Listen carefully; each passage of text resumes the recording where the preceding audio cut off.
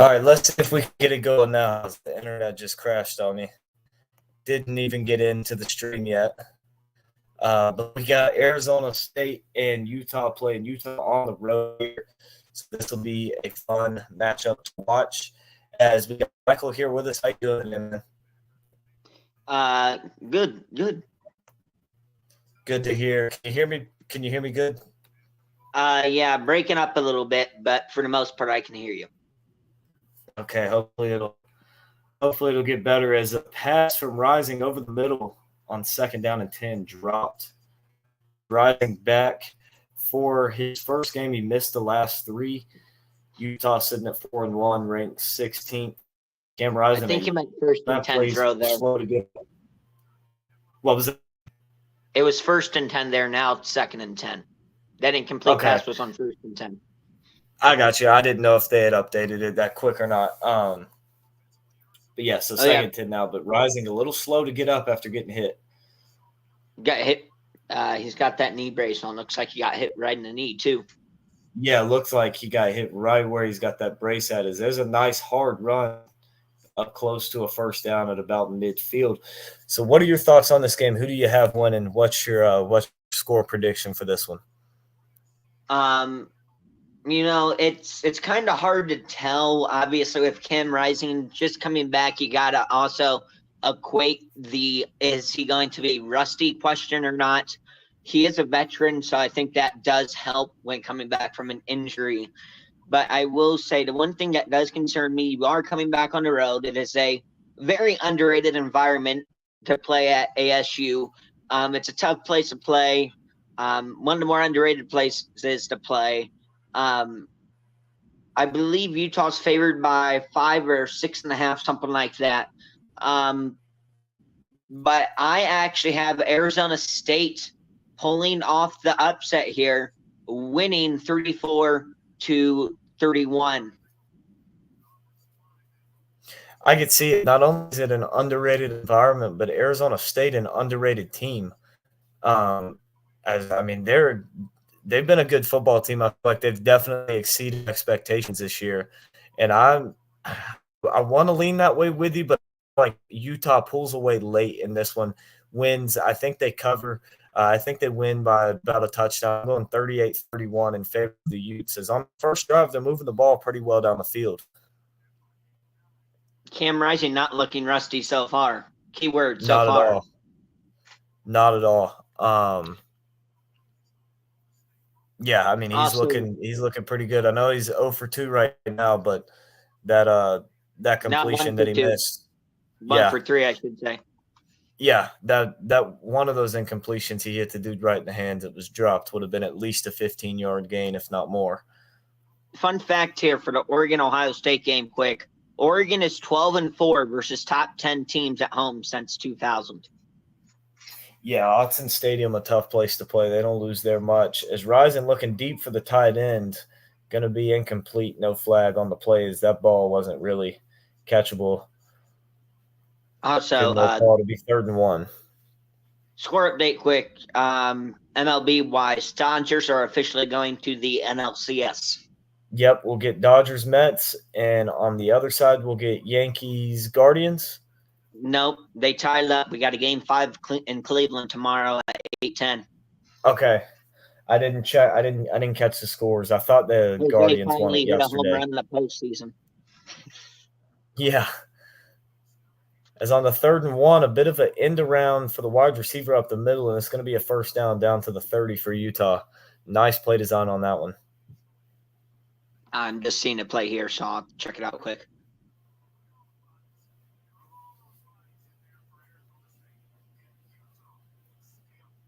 I'll be back in a second. I think something might be going on. Okay.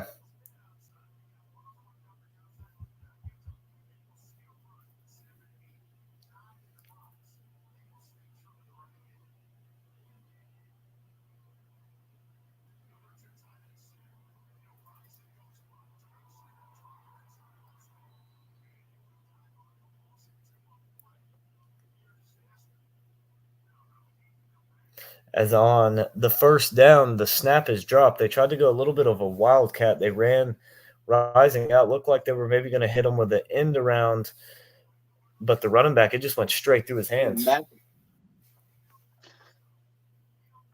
Just went straight through his hands and onto the turf, and it's going to be second down and 12 as they lost 2 on that one.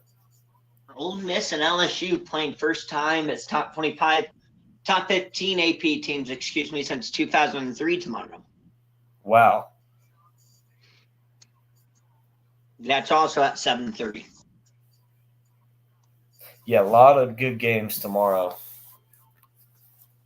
If there's one upset this week that I think would be likely, because if we're being honest, I don't think people would really call Oregon beating Ohio State an upset, even though it technically is.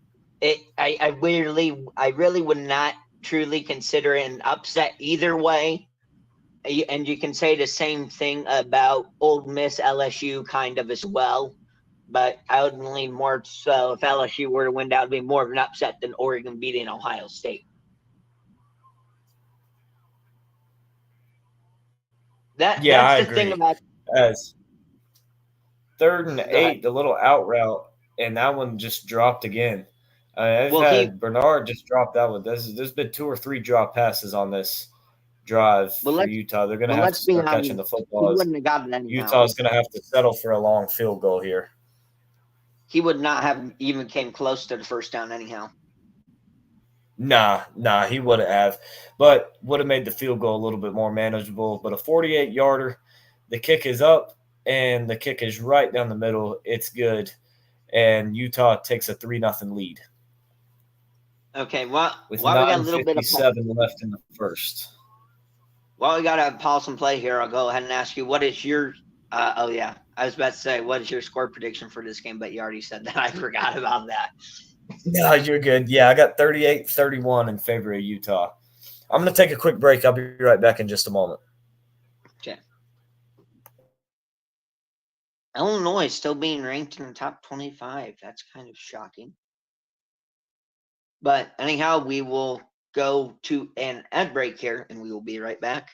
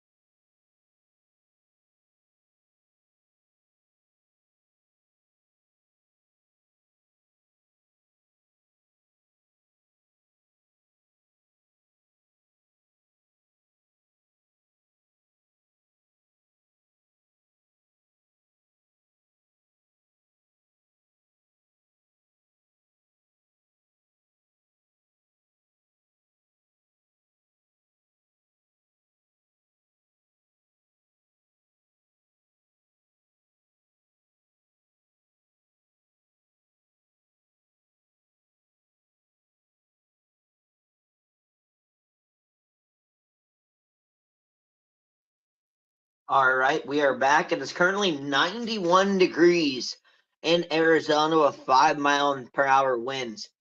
I cannot imagine playing in 91 degrees on the 11th of October. I just can't fathom that. But Utah will kick it off here and we'll continue here. As a solid kickoff return, as he's up to about the 26-yard line there. Yeah, you mentioned the weather. I know up north you aren't quite as used to it as much as we are now. It is 91 degrees out down here, but I'm sure it's a lot warmer down here than it is up there. Oh, I think it was like 37 degrees where I was at this morning. How many? How much you said? 37. Oh wow, yeah. See, it was like the lowest it's getting here is like 55. You have any impact players for the Arizona offense tonight? Arizona State offense, I should say. I think it's pretty much just Skibido the running back. Just hand him the ball off all night. Yes, I don't really know how exactly you pronounce his last name, Skitebo, Skibido. Skatibo, but he's definitely the guy for him. I mean, he's the guy, the one guy you got to stop for this Arizona State team, and he can beat you through the air or on the ground, as you see on the first two plays. Oh no, the quarterback kept it on that one. He tricked me there a little bit. So he'll lose a yard, bring up a 3rd down and 7. But he's the guy who's going to get a heavy workload. Also, the guy you see on your screen right now, Jordan Tyson, he's the other guy for this team at wide receiver. He's going to be your go-to wide receiver, number 0. On the year, he's got 20 catches, 285 yards, and 3 touchdowns. He's been solid for him. He's going to be the guy to watch at wide receiver, and then, of course, the running back for him. But those are really your main weapons for Arizona State. Not much outside of that. Is there's an interception by the D lineman on the batted pass, and that'll set Utah up nicely.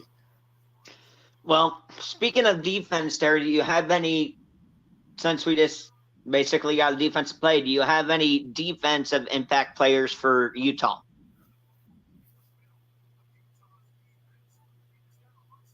I'm sorry. Can you repeat all of that? You just cut out. I said, since we just saw defensive play, do you have any impact players on the defensive side of the ball for Utah in this game? Yeah, I would say when you look Teo Johnson, number 15, the safety, he's definitely the guy for him. I mean, 20 solo tackles on the year at the safety position. He can, guard the slot. He can roam in the back. He does have an interception on the year. He's a good safety. Another guy to look for is Elijah Davis, number 9 at cornerback. He's their lockdown corner. People generally don't throw it his way. He doesn't really give up a whole lot out there on the edge. So secondary, definitely a strong suit for this Utah team. And Rising they just showed the replay there. of Cam getting hit on that first drive. That was a pretty rough hit he took, but what a way for him to bounce back and get up. Northwestern up on Maryland 24-10, 12 minutes to go in the 4th. Yeah, it's great when your parlay gets busted before Saturday. Let me guess. It'd be nice if that game could last till. It'd be nice if that game could last till midnight, just so I can say it made it somewhat through Saturday. Rising just completely missed on a screen pass right there.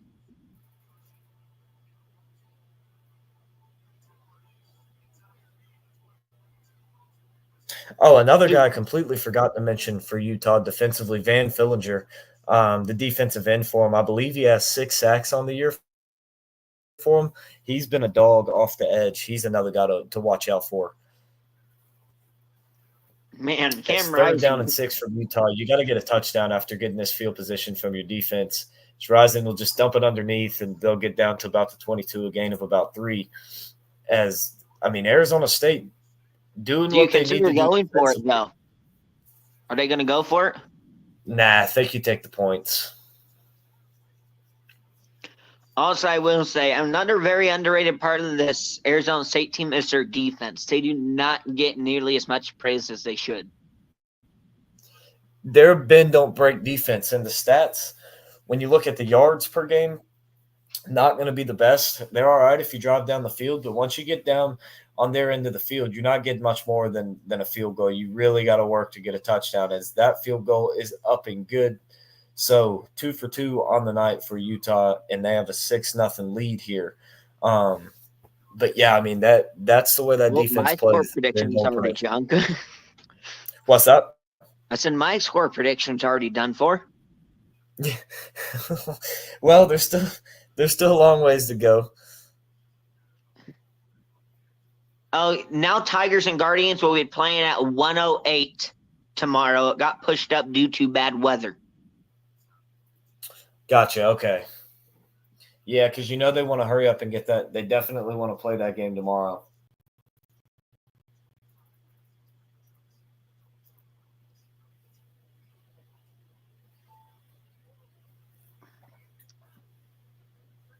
So, have you decided on 3:30 slot yet for tomorrow between Pitt and Callum, Texas, and Oklahoma? I'm good for whichever one you want to do. You tell me. I'm good for both Uh, of them.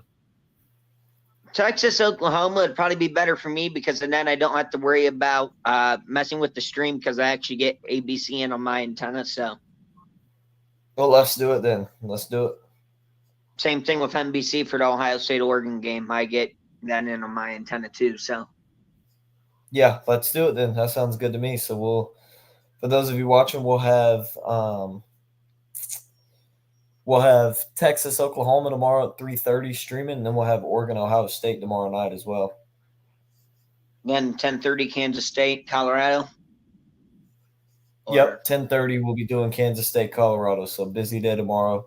Only slot we're not doing is 12 o'clock. So you can watch your Clemson game. Yep. Yeah.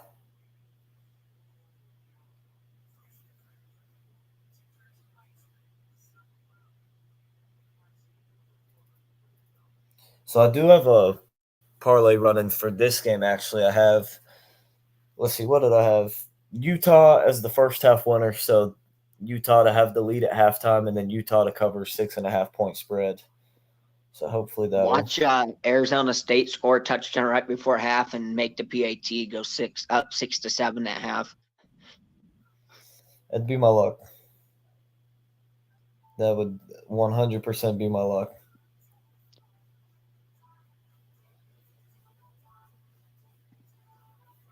Without a doubt. I also got in a little bit late, but got Ashton Jeanty as the Heisman Trophy winner, plus 200 odds, so not bad. And I have a small one on Cade Klubnik to win Heisman Trophy, but I got him a few weeks ago back when he was plus 2,500. Put five Oh, down. If it hits, I'll win 125. He's probably not going to win, but they said Ohio State arrived in Eugene about 4:35 p.m. Pacific time today. At what time? 4:35 p.m. Pacific. Okay. Oregon time. Okay. So they said 24 hours they're just gonna still running their normal time though. Okay. On Buckeyes time, Buckeye time, as Jay calls it. Yeah. Go to bed around 9:30, dinner at 7.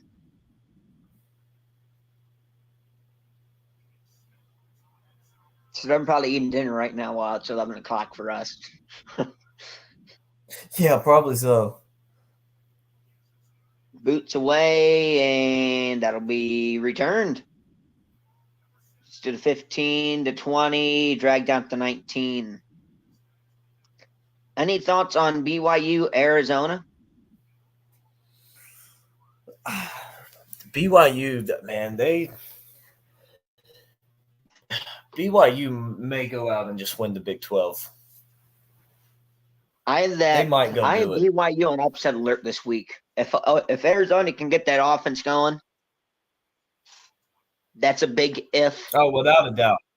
As Tyson mentioned him earlier for Arizona State, drops one over the middle there. He was going to have some room to run for a first down after that one. As Sam Leavitt, the quarterback for Arizona State, after that interception on the first drive, this is his 4th straight game with an interception. Do you think it is in the realm of possibility at the moment because Ohio State plays Oregon, and let's just say they win tomorrow, not by a certain amount of score. Obviously, they got the bye week after they play Oregon, which, in my opinion, for Ohio State is as good of a spot you could have a bye week. Because you're going way out west, you're playing a top 5 team, you're going to be beat up, then you get a bye week to recuperate, then you get back on the track next week.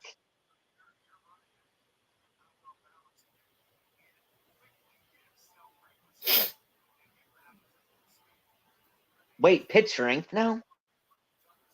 Yeah, 22nd. Oh, never knew that. Yeah, they're actually unbeaten, I believe. I think they're 5-0. As leave it rolling around now, looking downfield, he has a man, and Arizona State, he bounces off a defender.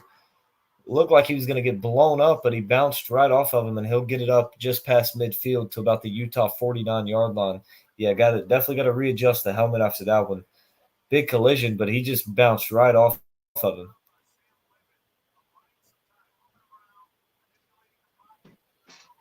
Yeah, you're about playing half ahead of me if that.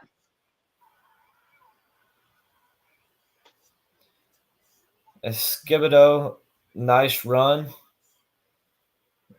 And it's going to be about a 2nd down and 2, I believe. 2nd down and 3. I'm surprised Skipper's only had 2 carries so far. I thought he would have at least 4 by now. Yeah. As good Lord, UNLV's up 41-7 on Utah State at halftime. As yeah, I think Levitt got looking back on deep, track. Just incomplete. No flag. Jordan Mason has sprained AC joint for the 49ers. That's a ticky-tack call. I think there probably should have been a flag there. I'm all right with it as long as they're going to let that play out for the rest of the game. I mean, he did get there a little early, a little bit, but if they're going to let him play like this for the rest of the game, I'm okay with it. But don't go call a play later that definitely should have been one, as now there's going to be a false start on Arizona State. That's going to back them up 5 yards. I'm assuming Quinn Ewers is went playing from a tomorrow. 3rd and 4 to a 3rd and 9 now. Do we have official word on if Quinn Ewers is starting tomorrow? Let me look that up. I haven't seen anything confirming, but I also haven't really. I drove to Charlotte today, so I haven't been on my phone much. Looking it up now. Also, yep, yesterday it was announced he will start. Oklahoma better start on Arnold, then otherwise they ain't going to stand a chance. Even with him, I don't know if they'll stand a chance. As Levitt's going to run, and he's going to pick up the 1st down. Okay, what a play to move on that one. While we're talking about that quick, if Ohio, as I was saying earlier, if Ohio State beats Oregon this week and Penn State beats USC this week as well, do you think there's a possibility to where we see Penn State versus Ohio State 1 versus 2? No, because Penn State will never get above Texas. So at the best, you're saying 1 versus 3. At the best. I think best case scenario, yes. I don't even see that one. I don't even see that one. I think Penn State's probably going to be at 4 or 5. Because I think the way the committee has it, or the AP poll has it set up right now, Georgia gets a big win. Georgia wins this week. Penn State plays close. They may jump them.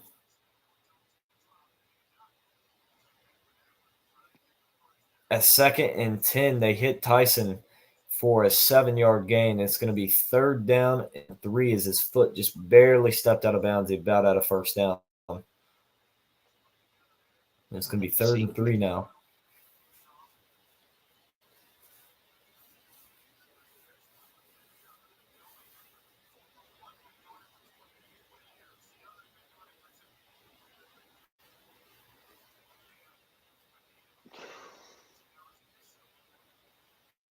So on 3rd and 3, play action. Utah bringing pressure. They get to it. Oh, no, he broke a tackle. Now they get to him this time, and they drop him down for a 5-yard sack, and it's going to bring up 4th down for Arizona State.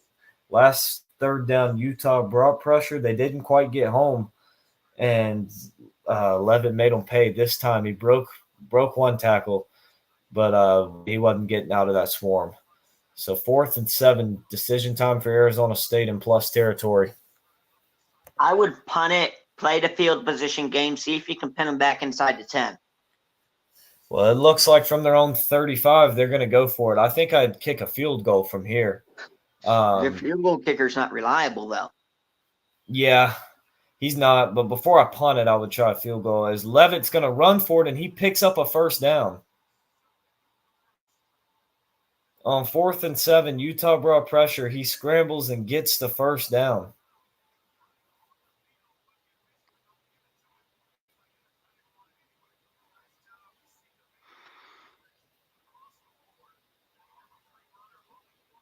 Wow. Yeah, Utah came with the blitz. They just couldn't contain him. He got outside of them and just outran them. And all the receivers were looking deep. So there was nobody up close. And now he finds Tyson over the middle, and he's into the end zone for a touchdown. What a change of events for Arizona State on those last 2 plays as we are tied at 6. I left you something in private chat, by the way. Just a heads up on that.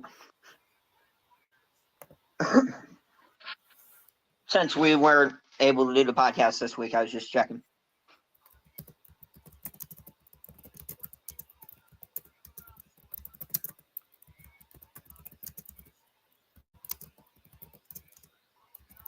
PAT. Good snap, good hold, and he missed it. So we're tied at 6. You mentioned the kicker not being reliable. So we're tied at 6 now. As yeah, no kidding. He struggled. He struggled all year. Any thoughts on West Virginia taking on Iowa State? That's another potential upset game there, possibly. West Virginia looked great last week for the most part. I think they could beat them. And it's, correct me if I'm wrong, it's at West Virginia, right? Yes, in prime time. I think they could beat them. Will they? I don't know, but they definitely could. West Virginia is going blackout too.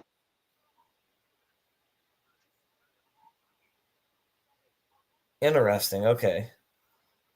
They're called coal miner jerseys. They're all black. You'll have to check them out. I saw them on YouTube. Yeah, I'm going to have to find those. That sounds really cool.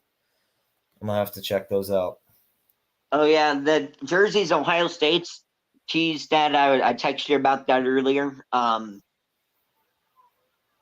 social media. You know those old jerseys they used to wear in the Braxton Miller days against Michigan where it was like a glossy green stripe down the middle and all white? Yeah. Like a really shiny green stripe down the middle. They're wearing those again.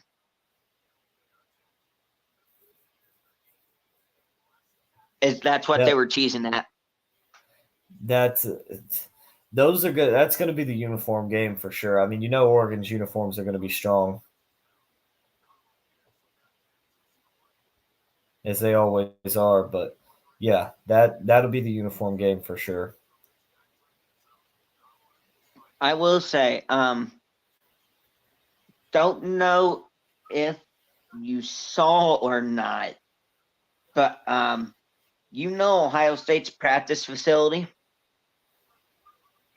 how they have that Sadler indoor practice facility / field, Yes. and then they have the big, I wouldn't call it jumbotron, but the big flat screen off to the side on the wall.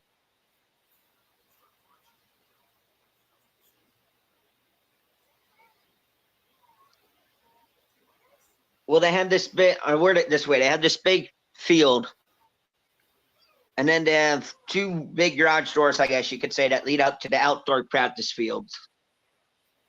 And then above that, they got a big flat screen, kind of like a TV almost, to where you can put like slideshows on and stuff.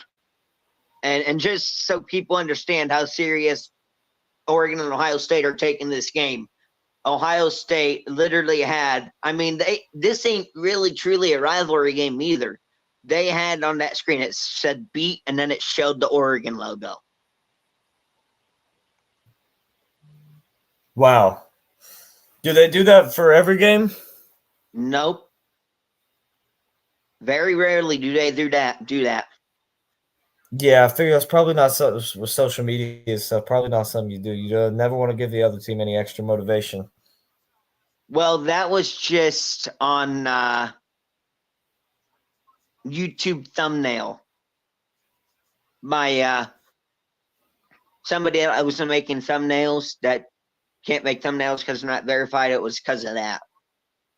It wasn't Ohio State directly either. It was reporters for Ohio State. Buckeye Huddle, those guys. I got you. As the kickoff is out the back of the end zone for a touchback, so Utah will start at the 25-yard line.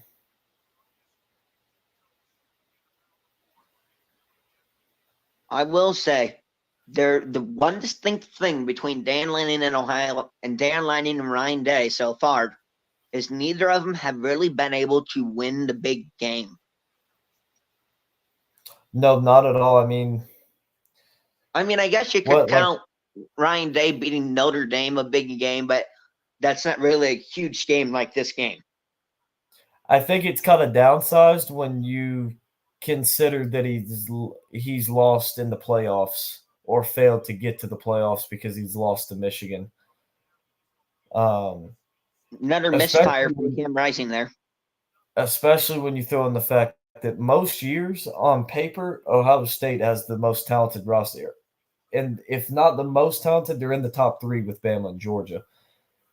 And so I think the fact that he hasn't had the national championship and has only made one is really underwhelming. But at the same time, I think it's the same thing with Kirby Smart.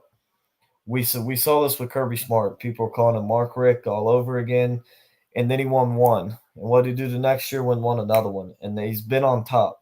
I think that's going to be the same thing for Ryan Day. I think he just needs to figure it out, break through the glass, win one, and then I think they'll come in bunches. I think once he wins the first one, he may win 3 or 4 more after it. But he's just got to get that one. So don't give up. Another thing too, when you look too, he's lost to Michigan. How much of it is to do with cheating? I mean, look at their win percentages before and after, and it's pretty significant difference. Rising will just throw it away. Utah will punt. Yep, on 4th and 9. I think the only game that Michigan beats Ohio State for sure without the cheating stuff is the first year. DJ's first year. Yeah, the first year of the 3 that they beat them. I think that year, cheating or not, they still win by 10-plus points. That team was just insane. And then you factor in the snow. Everything about that game just favored Michigan.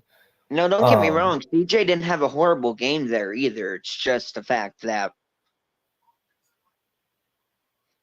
No, yeah, for sure. No, yeah, without a doubt. But you look the second year, okay, without the cheating, you could see Michigan winning. Yeah. I mean, that one's a little bit more hard to tell. I think that one's more 50-50. Last year, Ohio State beats them without a doubt. And they already almost did beat them after Roman Wilson got a touchdown that was most definitely not a touchdown. And that kind of changed the whole game too. But yeah, Well, I mean that's. I'm tired of hearing Ohio State fans talk about, when should we put Ryan Day on the hot seat? How about never? Because the dude's constantly recruiting at the highest I level, will and say he's the not one and he's not improvement. content with where he's at. Look at what he did last year. Went out and got a new defensive coordinator. What's he do this year?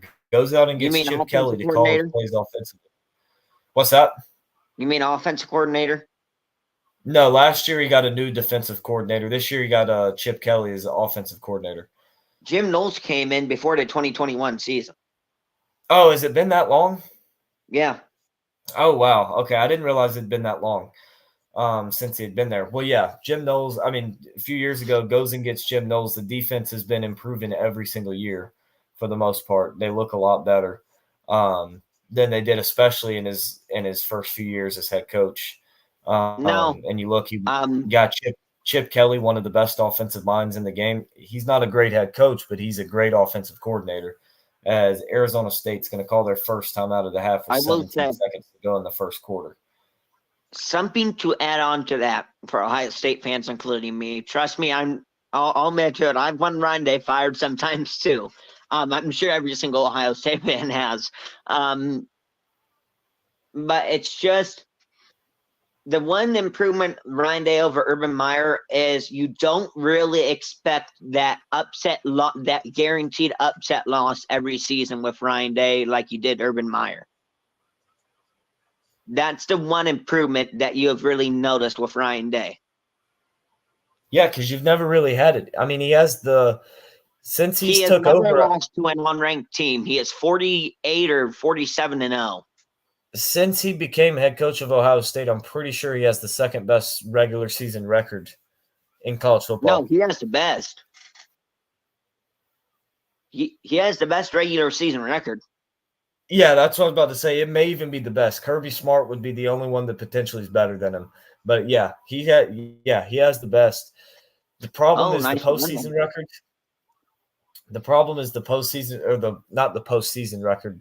I guess you could consider it, but really the playoff record, because that's like Missouri fans can say what they want about them beating Ohio State last year. Who really cares? Ohio State was missing their whole freaking team. I mean, But it's like, just add on to that quick about your Missouri point. Sorry for cutting you off there. no, you're good. Just to list a few, obviously besides Marvin, McCord, Donovan Jackson, Matt Jones, Michael Hall Jr., Lathan Ransom was out injured. Who else? And speaking of injured, didn't Devin Brown get injured in like the first quarter of the Yep, game? he got injured like on the second drive. Yeah. Yeah, so Also, that's why I don't really Miles count Williams was out. postseason record, but his playoff record isn't very good. Well, let's be honest with that here, quick. They are a kick, a correct call, and a kick. I'm alluding to two separate games here from him having a much different postseason record. Yeah, but the way I look at it is it doesn't matter. Even if he wins those games, even if he wins the Clemson game, he's still getting blown out by LSU. So that doesn't really matter because he still doesn't get a national Well, championship. LSU, you could have taken the best players from Ohio State and the best players from Clemson that year and combined them on a team, and LSU still runs through them. no, it's The funny. year against Georgia, that game was basically for the national championship. And it's kind of hard to say a missed kick. I mean, that kick was bad. But if Marvin Harrison Jr. stays in the football game, Ohio State wins by double digits. Let's also be honest with this as well. With this new, I completely forgot what I was going to say. But another thing I will say to kind of go against that is throughout the course of the season, every team has the refs miss calls that could change the outcome of a game. Every team has injuries to good players. Yeah, Georgia and Alabama. Georgia and Alabama still win. Kirby Smart still has national championships. Nick Saban still had national championships. I'm Even not a Dabo still has national championships. So at some point, Ryan Day, you have to stop making excuses for him, and he has to go win a national championship. He has the best talented roster on paper this year in college football. If he doesn't at least reach the national championship, it was a complete failure of a season and a poor coaching job from him, just to be quite honest. Also, fun fact about that Ohio State video I sent to you, that Ohio State football release for the Oregon game. I don't know if you saw it yet or not, or watched it, I should say. Yeah, I did. They have Cardell Jones narrating it. Oh, interesting. Yeah, I didn't know who that was. He was the quarterback for Ohio State when they beat Oregon in the Back when they national beat Oregon, championship. in the first playoff.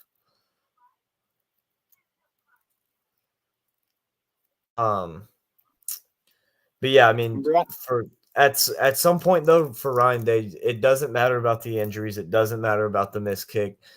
Every team misses kicks. Every team has injuries. Every team has bad calls against them from the refs. But the I know, fact but of what it I'm is talking about, Nick Saban won 7 national championships. Kirby Smart has 2. Dabo has 2. Now Dabo's fallen down a little bit, but I mean he still has 2, and those teams have faced a lot. You look, I mean, you want to talk about injuries in 2016 national championship game. Clemson, when they beat Alabama, Mike Williams got hit in the head on a clear targeting. They didn't call the targeting, and it knocked him out of the game for the rest of the first half, pretty much. And they still fought through it and won the football game. It's like every team faces that. Now, yeah, you cut them some slack for it, but eventually we're going to have to stop and just say it how it is. I mean, yes, I'll be honest, I agree with you on that point. I'm not talking about like bad flags, bad calls. I agree with you on that part. I'm talking about blatantly obvious bad calls that are not flag calls that go to instant review. Hint, nudge, nudge. Yeah, but see, well, I mean, it's the same thing though. On that targeting that didn't get called on Mike Williams, that was on third down. We didn't get he got nailed. He obviously didn't catch the football. We didn't get the first down. We had to punt it away down, I think like 14-0, something like that. We could have gone down the field and continued. Had we got a first down, that'd have been 15 more yards, at least put us in field goal range. Game wouldn't have been as close in the end. So that, I mean, there's even flag calls that affect points off the scoreboard. And you just right, if it continues to happen with Ryan Day, we're going to have to stop making excuses, because the great coaches find ways to work through that, and the great players find ways to work through that and go win games. As a nice first down. And I will say the advantage is for Ryan Day. He's not calling plays anymore. Intercepted. Levitt into triple coverage. Looking like Will Howard. Jeez, how heat. Yeah. Threw it into triple coverage, and Utah defender just dropped it straight to his hands. As an Ohio State fan, I'm sure you can relate to this as a Clemson to also have been playing in big top 5, top 10 games like Ohio State will be tomorrow. It's one of those situations where you want to get to the game fast and watch it and get it over with in case Ohio State loses. But at the same time, you don't want it to come in case they do lose, so you don't have to watch them lose. Yeah, exactly. It's definitely one you want played at night. That way, if they do lose, all right, you just go to bed. It doesn't ruin your whole day. That's why I was mad when Clemson, Georgia played at noon, because I was like, we're going to lose, and this is going to ruin the whole rest of the day. As the pass over the middle and Barton lights him up, it's going to be a third down and about 3 or 4 yards. Hand off to Skibido up the middle. I'm calling it right here. Skibido up the middle. That's what they need to do. But so far on the short yardage third downs, they've actually ran play action. They haven't given it to him. It's going to be Skibido up the middle this time, and he's got a first down to the 19-yard line. Called it. I think Cam Rising should not come out of this next drive. He's 2 for 9 for 11 yards. If he comes out on this next drive,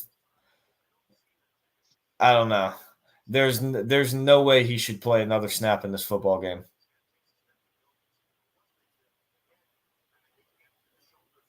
Are you talking to me or are you talking to somebody else? No, I was talking to you. There's no way Cam Rising should play No, another snap in this because I football didn't game. see a notification pop up in chat. I was like, huh? Are you talking to somebody in chat or are you talking to me? Yeah. Oh, no. I was just happened to see the stat. He's 2 for 9 for 11 yards. There's no way he should be back in this game. Yes, like I said, you said there's no way he should be back in the game. Yeah, I would not let him play another snap of the game.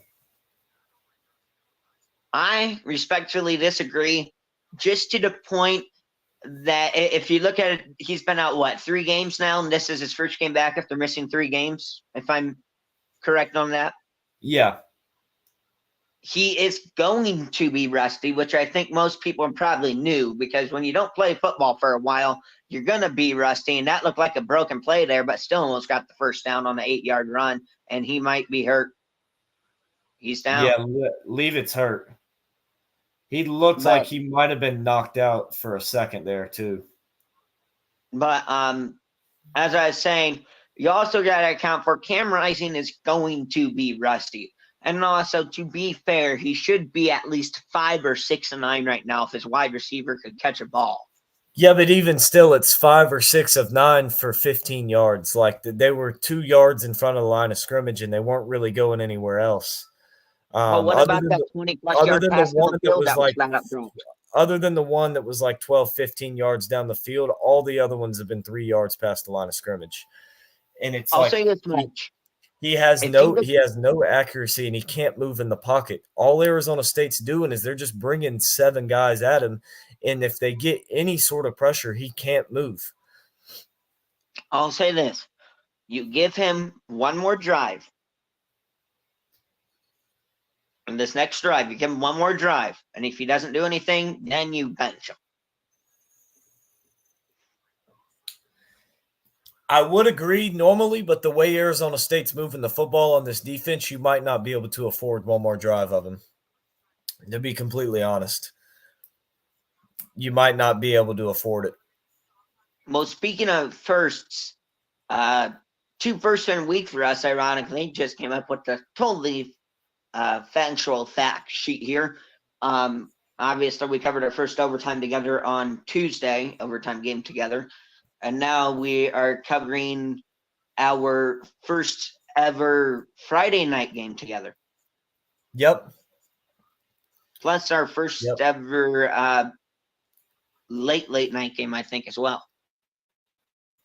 Yeah, I think so. But I think we did. I think we've done one before. We did Texas, but we did the playoff Texas game at 8 p.m.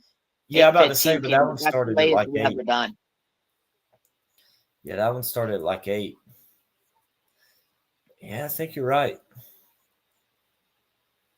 Yeah. Well, it'll be 2 after tomorrow. Yeah, because you weren't. Yeah, that's right. Because we didn't start doing streams together until the bowl games last year. So I did a bunch of late night games last year, but you wouldn't have done any of them. Thing, you want to hear a funny story of how I found you?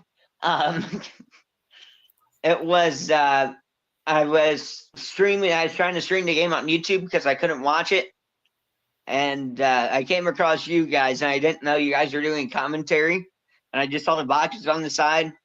So I'm just talking in chat, and nothing's coming across. So I just kept chatting in chat.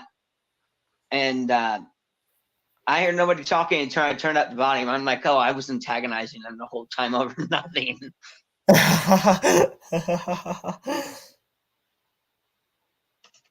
Yeah, well, we're glad we were able to get you on and start doing some streams with us. We've enjoyed it. I don't see a heck of that.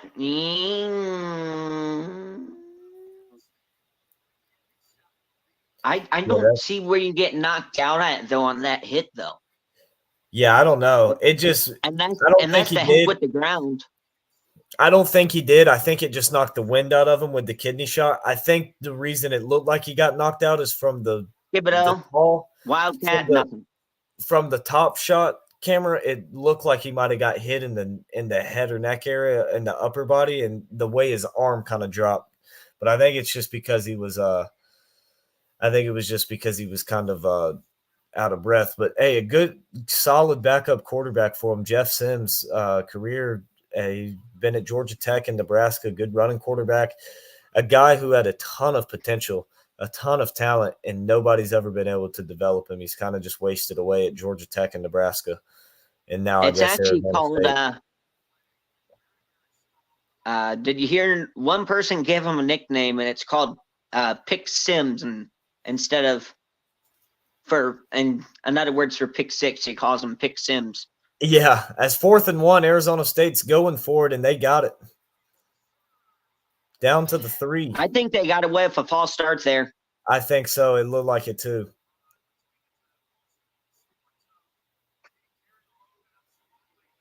Yeah, I found the football expert stream first. I put like 10 messages in chat, and I heard nothing. So I was about to sign off there and turn up my volume, and it's just the same message in chat like 10 times.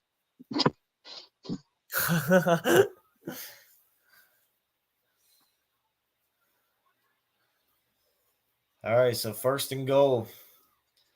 Again to Skatibo, and he's going to get it down to the 1.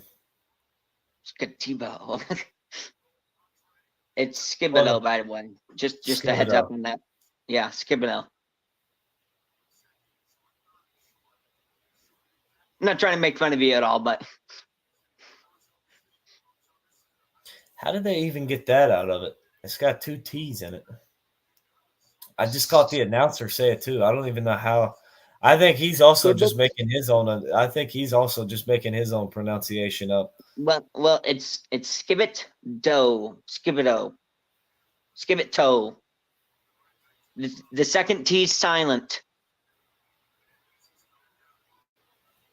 Skibit Toe. As we got Skibido. whistles before the 2nd and goal. Timeout, Arizona State.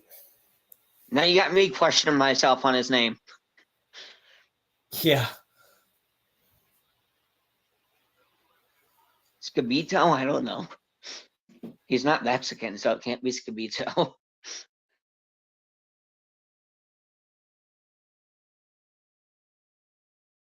At least I don't think he's Mexican.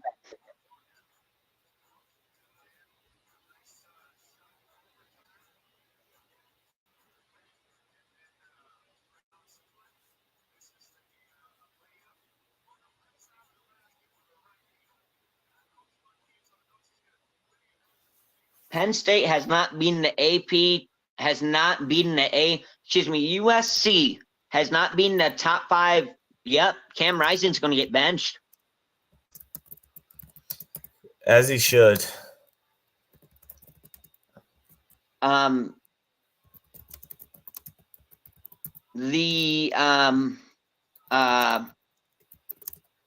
least it appears, because Wilson was on the field throwing. USC has not beaten the AP top 5 team since 2017, touchdown Arizona State. Pick Sims with the rushing touchdown.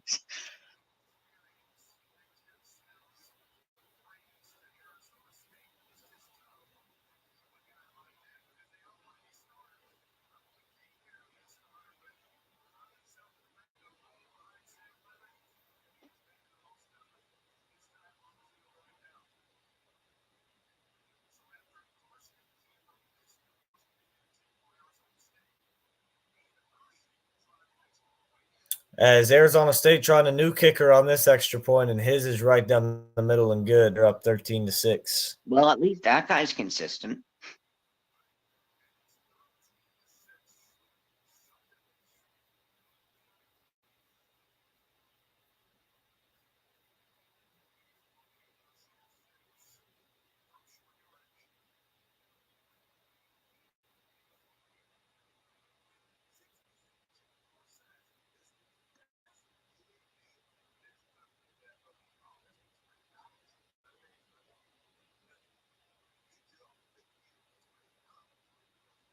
Just put something in private chat for you. Get your reaction to that one.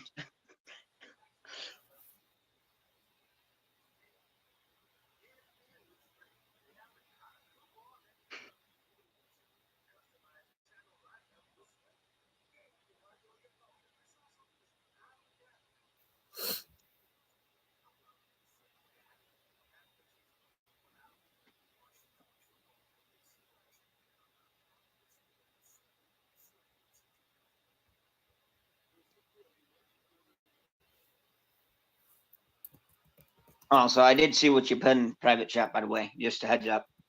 Okay.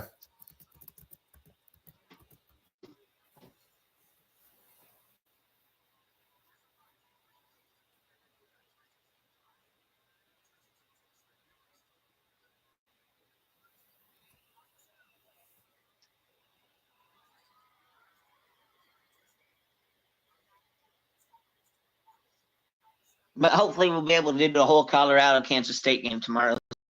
So hopefully you won't be as tired. No, yeah, definitely. I've been driving all day long. Holy moly. Northwestern absolutely destroying Maryland 37-10 final. Yeah, what a win for them.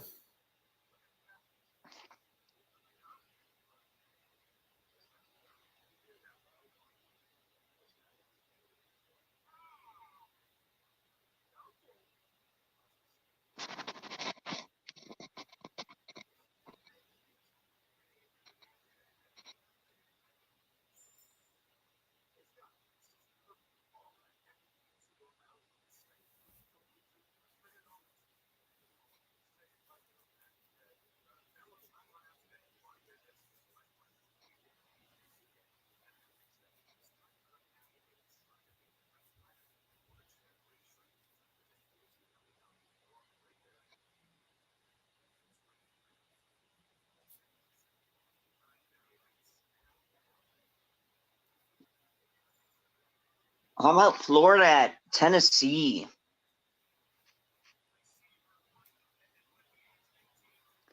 Is Michael Pittman's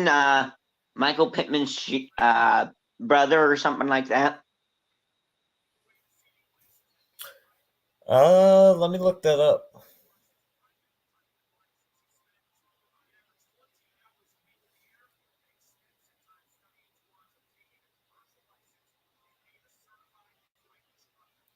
Yep, that's his brother. Yeah, they're Kind of brothers. figured.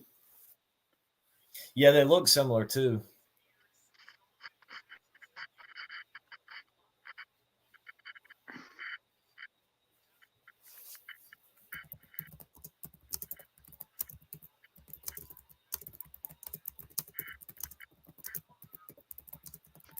Boots away. It'll be called in at the 1. He's going to return it. He's to the 15, to the 20, 25, and absolutely hammered at the 29.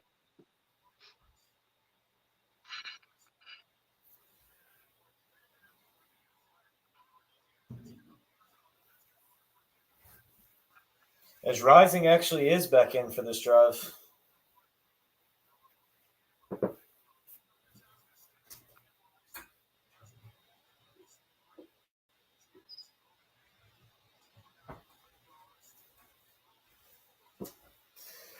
And isn't that just great for my bet?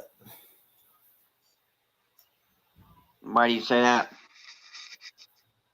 Oh, because you got Utah up at half.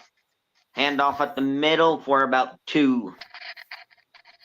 Yeah, I just don't see Utah being able to get much offense going with him in.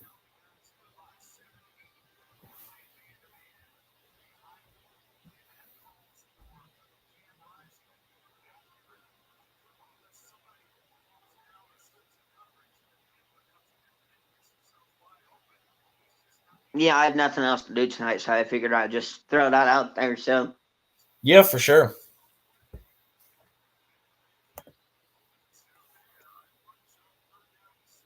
As another 3rd and long here for Utah, going to be 3rd down and 6.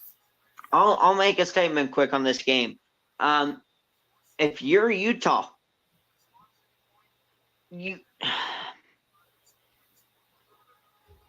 You have to be able to pass the ball. If you're not going to be able to pass the ball, you're going to lose by like 30. Oh, without a doubt. And And that's why keep I'm in mind, saying I think Arizona's they doing need to this get rid without of their him. two. Arizona State's doing this without their two best defensive players. Yep. Third As and 6. Rising on a throw, he dumps it off to the running back Bernard, and he has it for a first down up near midfield. Well, hey, he didn't drop it this time. That's a plus.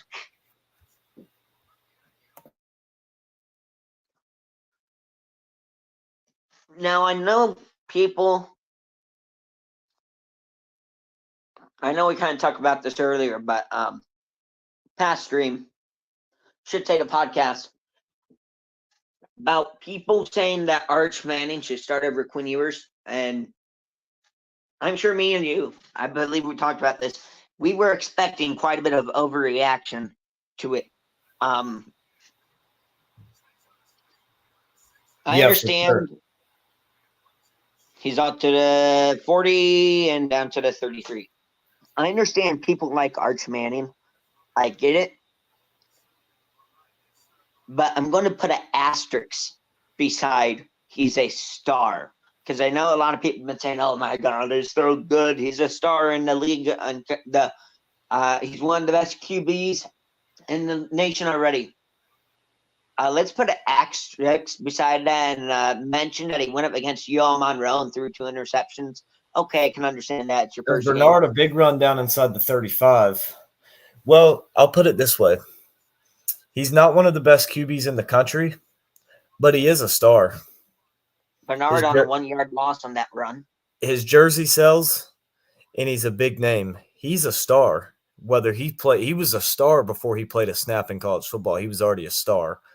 I don't think performance is what measures a star, but one of the best quarterbacks in the country, nah.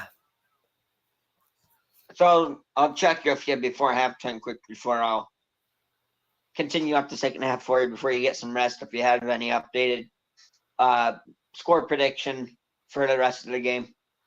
Okay, as Rising, a nice pass over the middle and a huge hit on the receiver there. Able to hang on and pops right back up. I And a told you first they should have down for kept Rising Utah. in. All right, maybe I was a little wrong on Rising. I mean, still not great. I mean, that was the first pass that was actually down the field. But Brant Kuth with a nice catch as they are in the red zone now, down to the 19-yard line of Arizona State for a first down. I mean, 4 of 11, 39 yards, still isn't great, but I mean, he had a nice pass there. Fun fact that Ryan Day said. Ryan Day was talking to Dylan Gabriel at one point over the phone because they were actually going after Gabriel too, and that's intercepted. Yep, intercepted. I think that's got to spell the end for Cam Rising. Had the right idea. The dude was open down the field. He just didn't get the ball anywhere near him. Looking like Pick Sims. But anyhow, Brian Day actually said, because most teams were interested in Dylan Gabriel, Ohio State actually was too. Ryan Day was actually talking to him at one point, and he was moments away from actually committing to Ohio State, supposedly. Wow. Imagine Gabriel being the quarterback of this Ohio State offense right now.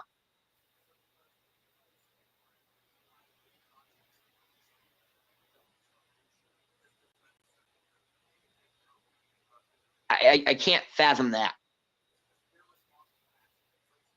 Him throwing to Jeremiah Smith and Emeka Ibuka and Carnell Tate with even better running backs.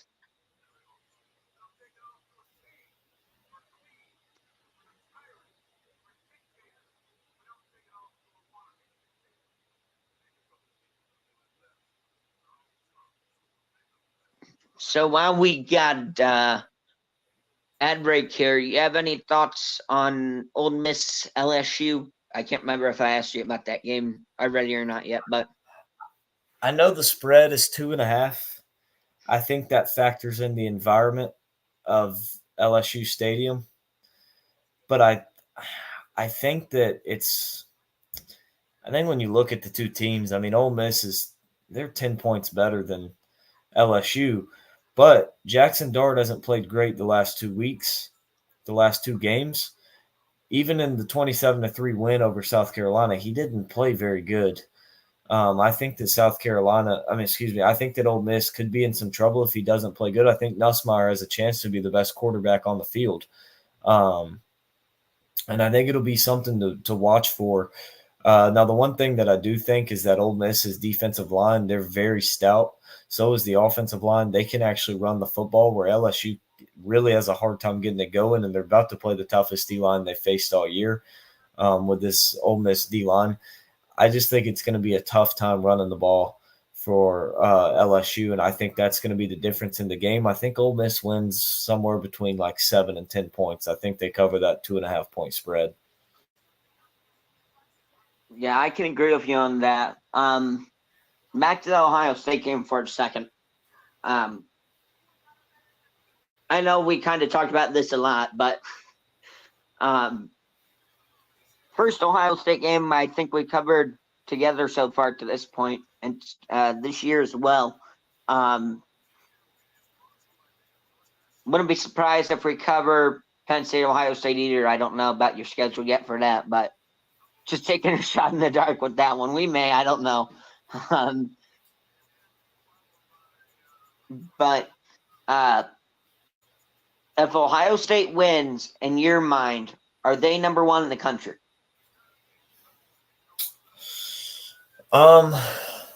Sims is still in at quarterback. That's a developing story right now. Yep, as a false start on Arizona State there.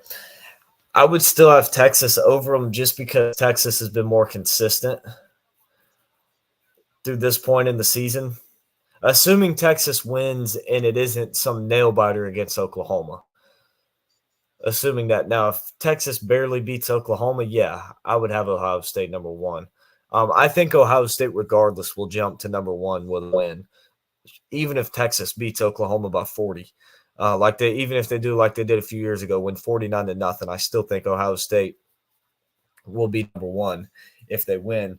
I think Oregon might end up being number one if they win. But I think when I look, Texas has just been more consistent. To this point in the season, Ohio State has not played anybody. They've looked a little sluggish in the first half, honestly, and that's what worries me about this game for Ohio State is that they have been – I mean, they're only up 7-0 on Iowa at halftime, and Iowa's defense is nowhere near what it has been in years past. So that worries me for Ohio State. Let's also be honest with that I think as well. that Texas has definitely been the more consistent football team, but I do think Ohio State will jump them. Let's be honest with that as well. You also got to wonder how much that slow start for Iowa could have potentially also been them looking ahead to Oregon as well. Yeah, but, I mean, no excuses. You got to have your team prepared for the game ahead of them. You got to be focused on the game you're playing. I think that's part of what makes teams great. Also, Penn State is now favored by 4 instead of 2.5. I saw that. It went up a little bit.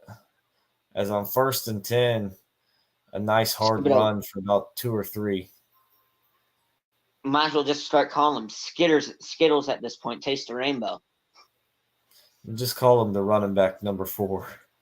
That's what I'm refer to him as.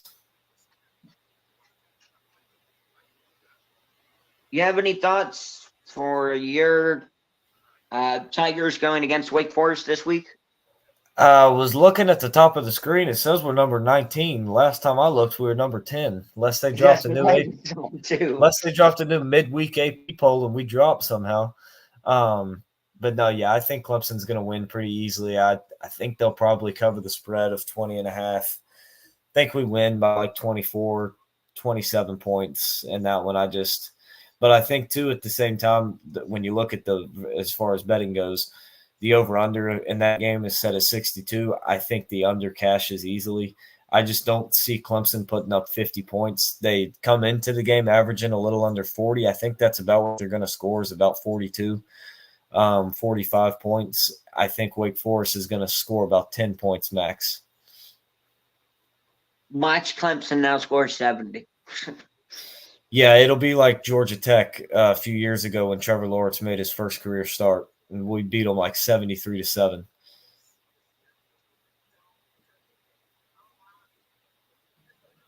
Yeah, I remember from that game we were up 7-0, and Georgia Tech scored a touchdown to tie it, and they were celebrating and taunting our guys, and they were riding high, and then we proceeded to score 66 unanswered points on them. It was great. They swore they were doing something. They thought they were doing something. We were like, we'll just crush your dreams and, put up 66. all those points on you. Yeah, 66 unanswered on you. But yeah, thanks for playing. Here's your participation trophy. Yeah.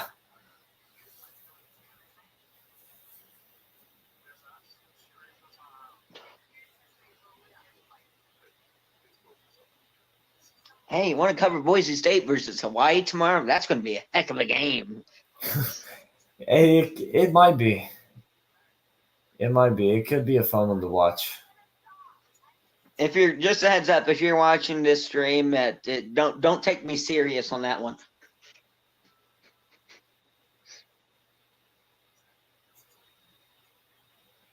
I will say, I think if we see a true, legit upset this week, it's going to be one of two games.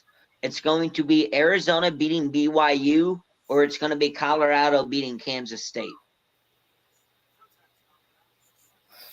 I could see that.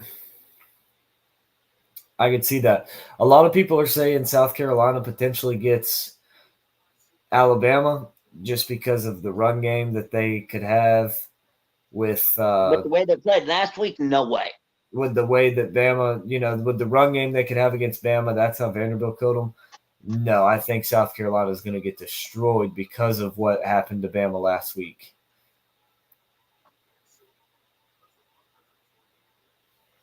How much time's left in the first half, by the way? I can't see the graphic there. We're at the 2-minute warning. That's what I thought, but I wasn't completely sure. But yeah, 2-minute warning.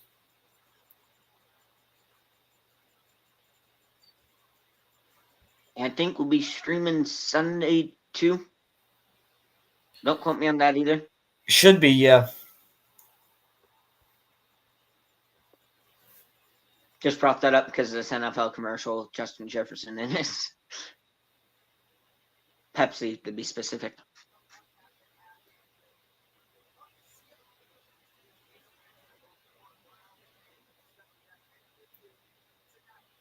Yep, coming up on a halftime show, the Mighty Quinn returns for Texas. Mulling it over Big 12's best surprises, ceiling for Utah and ASU. Let's be honest here. The way ASU is playing right now, Arizona State, they might have a legitimate shot at being in the Big 12 championship. It's definitely a possibility as that pass is incomplete. So with a minute 55, Arizona State's going to have to punt the football back to Utah. We'll see if Cam Rising comes out. We'll see if Utah can go down the field and get a touchdown. I mean, they had a nice drive going last time until Rising threw the interception. Well, Utah State's coming back. Here they come. Yep, only down 47-28 at the start of the fourth quarter. But a big improvement from what they did in the first half. I mean, they've scored 21 unanswered.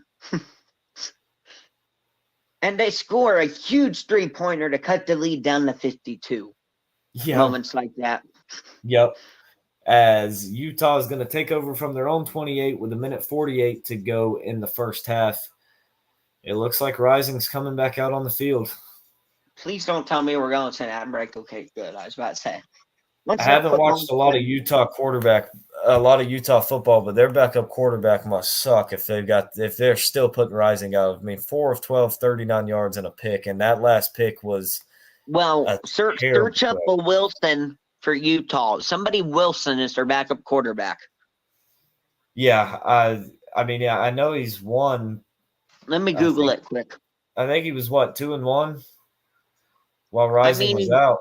But it's like, dude, like, how can you watch this and think this is this? Like, look at that looking pass. back to pass, looking all day to throw, fires incomplete. He just Like, just cannot get a look at proper that grip on the ball. ball with that glove. No, that is a terrible pass. Why is Nick He Chubb looked like a trending? duck out there. Nick Chubb has officially been ruled out, but Njoku is coming back for the Browns against the Eagles. Not only that, but he just has zero arm strength as well on this ball right now. It just looks like as a pass out to Bernard, and he's going to get a first down and more. What a way to fight on that one. Broke about 2 or 3 tackles. Isaac Has the first Wilson down is and their gets out backup of bounds quarterback. with a minute 33. Isaac Wilson is Utah's backup quarterback. He is Zach Wilson's little brother. That's right. I do remember that now. Man, there's a reason why he sucks. Yeah. Family genes must run the family. Cam Rising can't move. He has no arm strength on the ball. Literally, his only pass yards have come from passes he's dumped off to the running back behind the line of scrimmage, and he's just ran and broke tackles. This As year, he's stepping up and throws one now, just completely overthrows his tight end who's standing 5 yards in front of him wide open.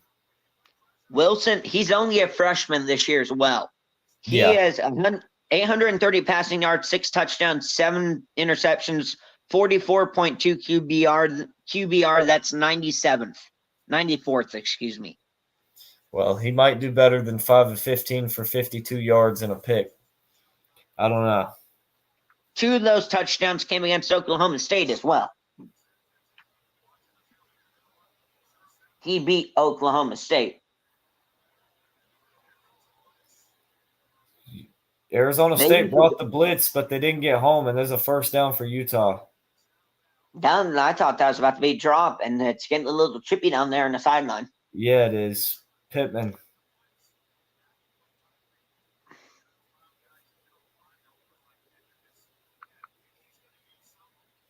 Oh, yeah, Buka and Jeremiah Smith, and thought you might be interested in checking this out before the Ohio State game. NBC had an interview with Buka and Jeremiah Smith that's about 30 minutes long today.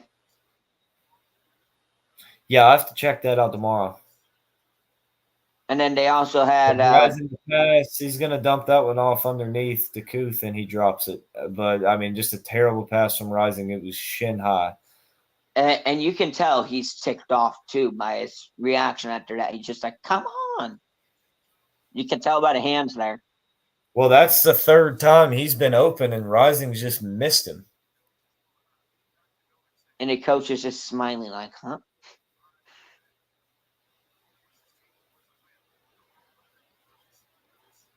There you go. They just said he's not going to say, I'm not having it tonight. I'm just going to grind through it. Well, at some point, you just got to say, I don't have it tonight. Well, he's looking deep this time in his receiver cutback. That would have been an interception anyhow. Yeah, I mean, that was the best pass he threw all night, and it was only because his receiver cut back.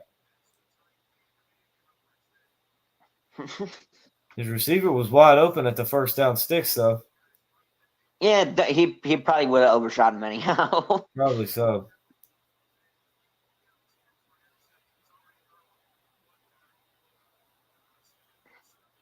Well, this play could decide your parlay right here.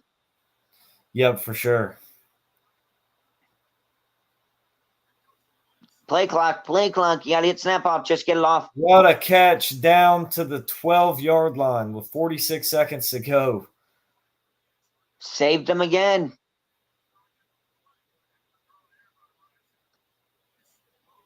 But there's a flag. It's probably going to be roughing the passer. If that's roughing the passer, that's a weak, roughing the passer call. It might be pass interference on the Arizona State guy. I don't really see how that's pass interference, though. I mean, he caught the ball anyhow, so just pick the flag up if it is. They called unnecessary roughness. Watch the tackle. He was like punching as he went down. Well, he was probably punching for the ball. I don't know. I'm rewatching. I'm pretty sure he was already on the ground. Oh no, he just punched him in the back of the head. Yeah, there was no trying to get the ball. He just punched him right in the back of the head. As Rising gonna get sacked back at the 12, and Utah, I'm sure, will call their first timeout. He just crumbled. Just grabbed him by the waist, and he just absolutely crumbled. Did you catch that replay? See the Arizona State guy just punch him right in the back of the head as he tackled him? Yeah. Yeah, good call from the ref on that one. You should put that on a YouTube short. I remember you did that YouTube short for, what's your definition of targeting? You said the Boston College targeting play. Just be like, somebody asked, what's the definition of unnecessary roughness? Just place the clip. No, yeah, for sure. Hey, what do you think about covering Jacksonville and Bears at 9:30? I'll be at church. I won't be able to for that one. Evan Ingram is questionable with a hamstring. Yeah, he's probably gonna be out. I think he was out last week too. Houston Patriots, that probably wouldn't be a good game to cover. Well, Mixon is questionable with an ankle. Stevenson is out with the foot.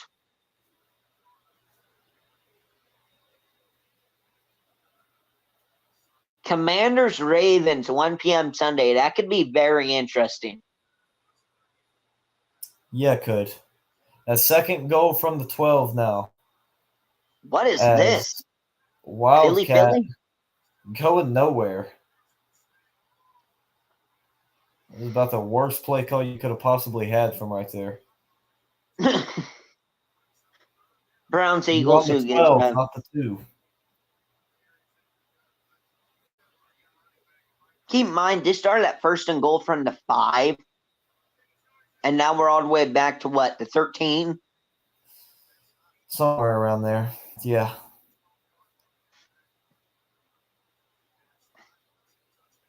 Packers Cardinals, that could be a heck of a game.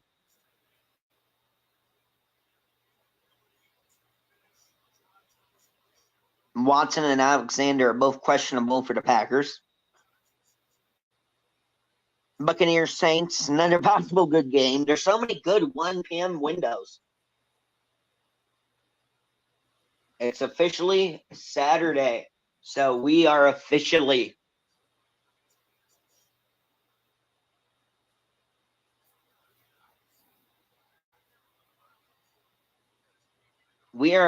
about 21 and a half hours, 21 hours away from kickoff between Ohio State and Oregon. Start your timers, folks. Countdown's on. False start on Utah? Nah, timeout before the snap by Arizona State.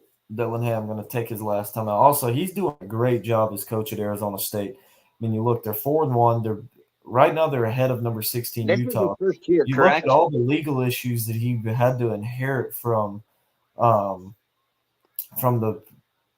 previous guy. I'm blanking on his name. Previous coach. Gosh, what was his name? Something or other. What was his name? I think it was Herb something. Herm Edwards, that was his name. Yeah, Herm Edwards. Some of the legal stuff that he left them with, that Dillingham has had to take over. Violated the NCAA rules for something. So it's Oh yeah, plus Big Ten posted something about how about Lions Cowboys 425 tomorrow? Another heck of a game. Yeah, that will be a good one. Herm Edwards, remember, he had 6 top 25 wins at Arizona State, never lost to Arizona, and had Arizona State ranked a few times. Well, this The is. 3rd and goal, Rising just going to launch one up to the end zone. Did he catch that? No, Hold on, let me see incomplete. this. Let me see this. No.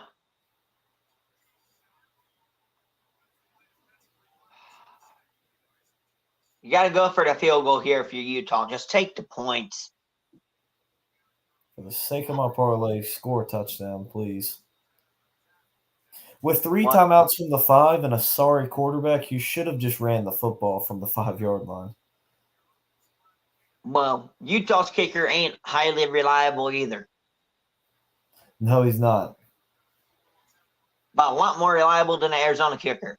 He's Watch 3 him for take 3 this tonight. now. Okay, that one's right down the middle. 9-13. Arizona State on top. I'd assume they're just taking in your parlay is not going to cash. Probably so. Your luck. Yeah, well, we got more games tomorrow. Yeah.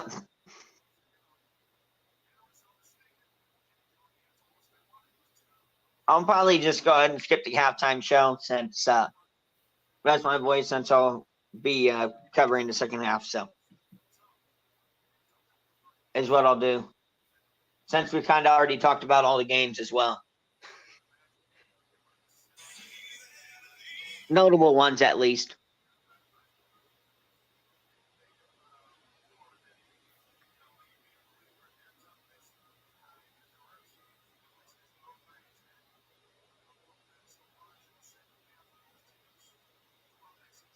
Okay, well, I will ask you before halftime here quick. You have any final score predictions for this game? Final score predictions. Any adjustments from your first score prediction of 31-38 Utah? Yeah, Arizona State's going to win. It'll be lower scoring than I thought because it doesn't look like Utah's going to be Rising, and he's not going to be able to win this game for him. That will be a touchback. Arizona State will start down 25 also.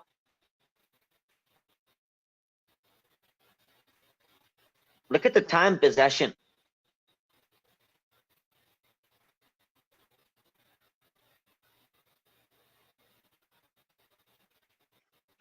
Time of possession's a lot closer than I thought it would be, to be honest. Good news for Arizona State. Levitt back in.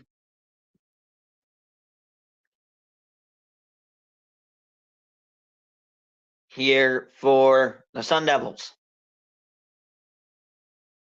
He'll take a knee, and that will be the end of the first half. So we will head to halftime. Utah, number 16, Utah, 9. Unranked Arizona State, 13.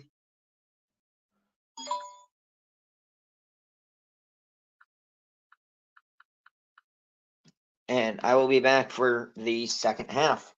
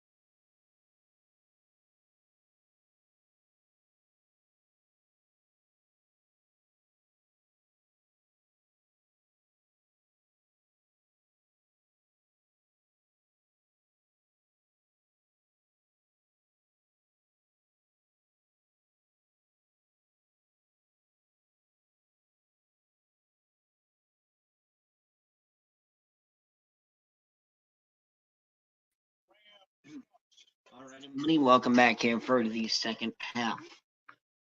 Arizona State up 13-9. They will receive the second half kick as they kicked off to start the game. Just a heads up, it'll just be me the second half, me alone here, as Lincoln signed off to get some rest as he had a long day today.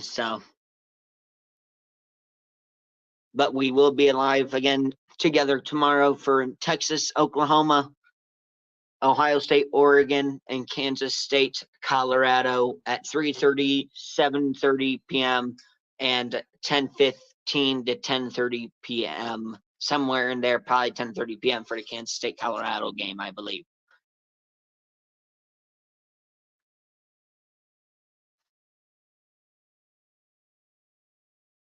Now, we weren't talking about before the break, will Cam Rising get benched?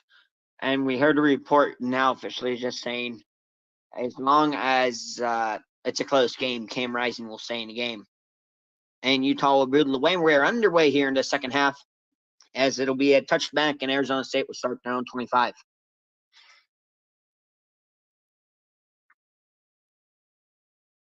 Time possession, Arizona State 16 minutes, 43 seconds. Utah 13-17. Red zone, Utah's 0-3, while Arizona State is 1-1. Utah only 97 pass yards from Cam Rising in that first half.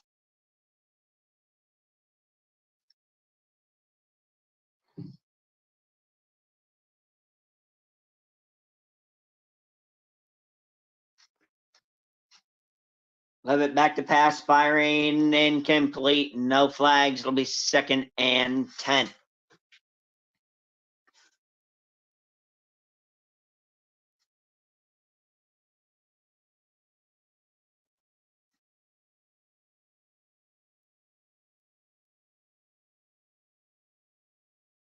Good thing is Levitt, according to the reporter, has 0 limitations in his injury.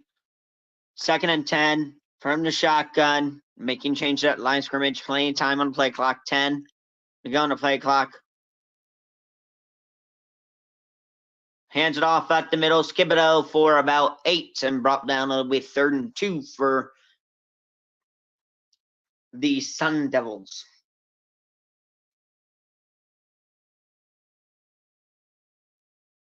Skibido, one of the more underrated running backs in college football. He has 12 carries, 45 yards, averaging 3.8 yards per carry tonight. Love it. Empty backfield in the shotgun. Skibido goes out wide left. Back to pass. Love it. Looking, firing, knocked away beautifully. And incomplete. 4th and 2. Arizona State will have to punt as they go 3 and out to start the second half.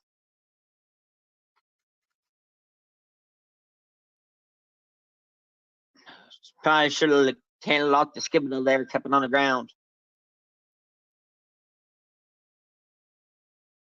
Snowden on the coverage for Utah.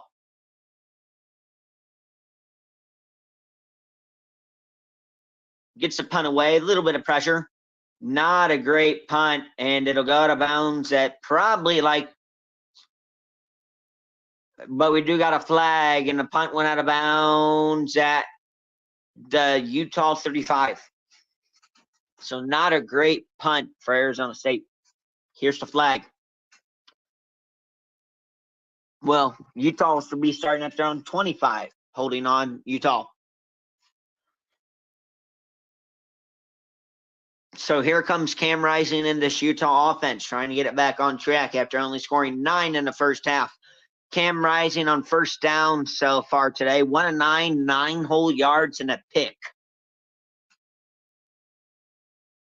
Those are just really ugly numbers, especially for the guy of the caliber like Cam Rising.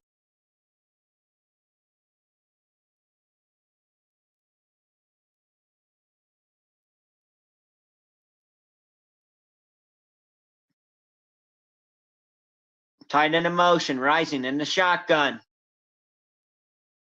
Takes the snap, hands it off. Bernard at the middle, makes a man miss. He's off to the races at the 40. Still carrying guys up to his own 49. And they're not rolling them down. They'll take it to the end zone. Touchdown, Utah? No, they're rolling them down. But still, regardless, a huge carry for Bernard there.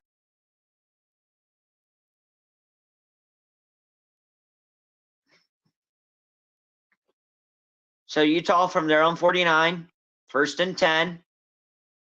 After a huge run by Bernard there to get this drive jump started, maybe that'll jumpstart this Utah offense. From their own 48, Rising from the shotgun, hands it off.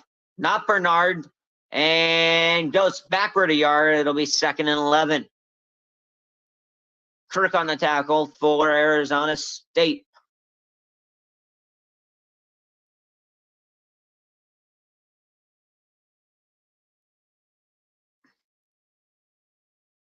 Yeah, Bernard was absolutely down there for Arizona State. No controversy on that. No controversial call on that one.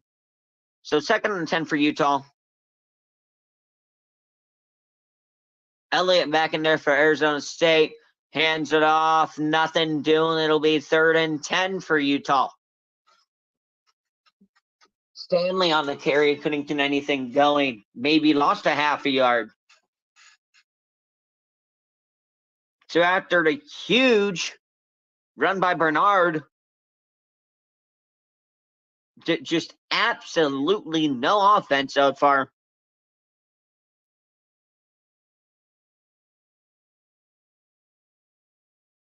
Also, Arizona's defense is now back to full strength. Utah from their own 48. 7 on the play clock. Rising's got to get the snap off. Takes the snap, back to pass. Looking, firing, pressure in his face. There's a flag, and it's intercepted by Arizona State. But there may be roughing a passer on Arizona State. It's either going to be holding or roughing the passer. It appears it's going to be roughing the passer.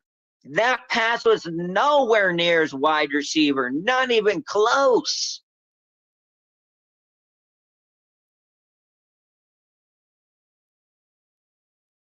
Targeting on number 10 of Arizona.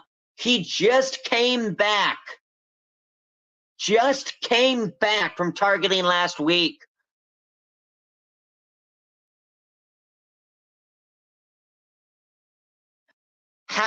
If they rule this targeting, what's the definition of targeting?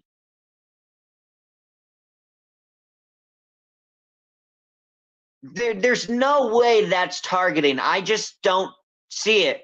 The pick is clear and definitive. The interception is not the question. It's clearly a pick. Another porous throw from Rising. I remember there's no other thing called. It was just called targeting.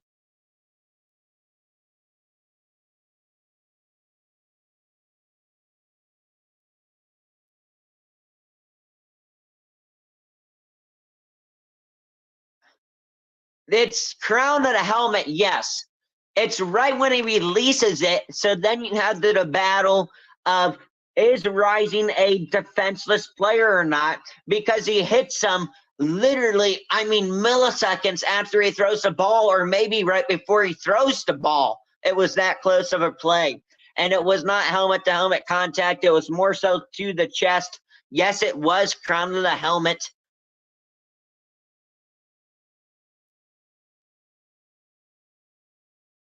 There you go. Rules analysts just said it looks more like the forehead than anything.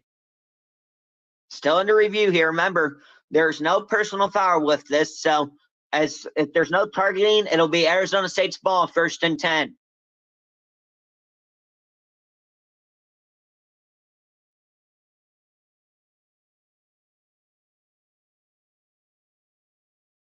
Yes, there you go. All aspects of targeting need to be confirmed, which is defenseless player, crown of the helmet, forceful contact to their head or neck area, launching at the player, at the defenseless player.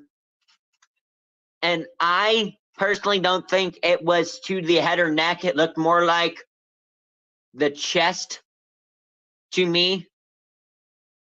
And here's the call. Good call. No targeting. It'll be 1st and 10, Arizona State.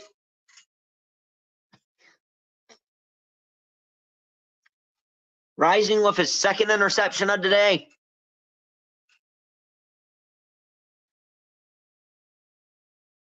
Here early into the 2nd half, not even full, about 3 minutes in now.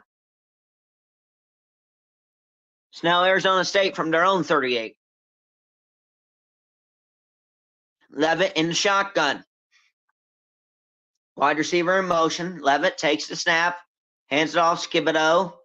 Maybe a yard. It'll be 2nd and 9. Barton on the tackle for Utah, one of their more underrated defensive linemen. / linebackers.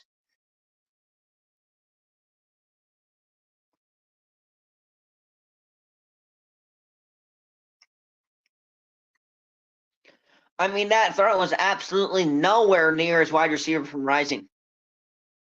Levitt, play action, looking all day to throw, evading rushers, rolling out to his left, firing, and he'll just throw it away. It'll be 3rd and 9.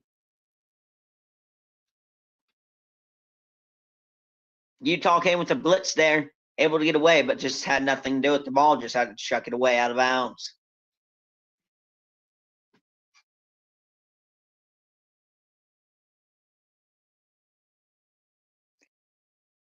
So from their own 39, 3rd and 9, big 3rd down for Arizona here to try and get the 1st down. Arizona State, excuse me. Receiver in motion, Levitt takes the snap. They're bringing pressure. It's a screen pass, and Skibido about 4 yards short. He won't get there. So Arizona State will have to punt. Skibido just barely could have made the man miss. If he was able to make that man miss, he probably would have been within a yard of the 1st down or had it. Scataboo, excuse me, is his name. Scataboo. And he looks a bit hobbled. So Arizona State will punt from their own 43. Punter will punt away from his own 31. Much better punt this time. It'll be fair caught at his own 21, and that's where Utah and Cam Rising will take over when we come back.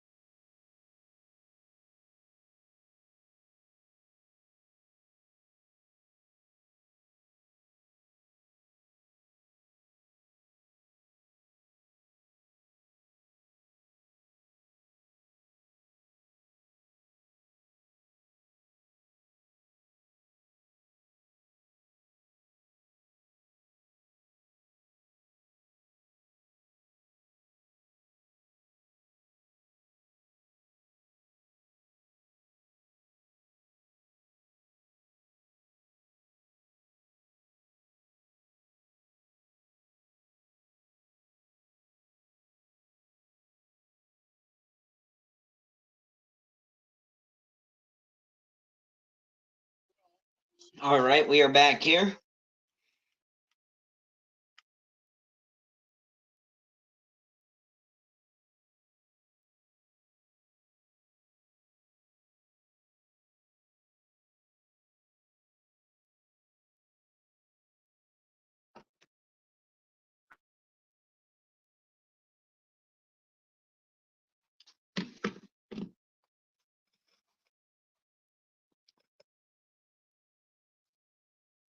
Rising, hands it off. Bernard driving through, guys, still plowing forward, picks up 7.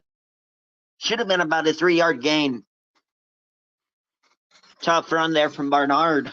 Nice pickup there.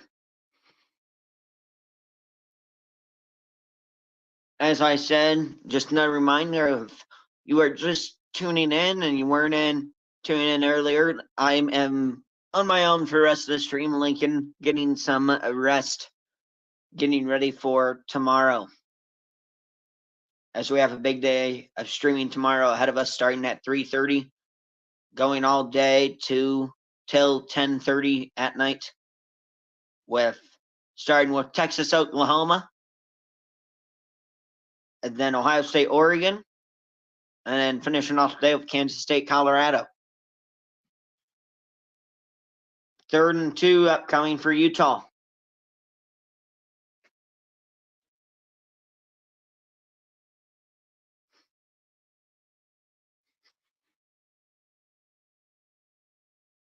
They need to get to their own 31. They're at their own 29, taking it off for a long time in the huddle. Got to go fast here. There's only 5 on the play clock. Rising. Barely gets snapped off, back to pass, getting heated up, fires, caught. Keithy, first down, Utah. Kuthi, excuse me.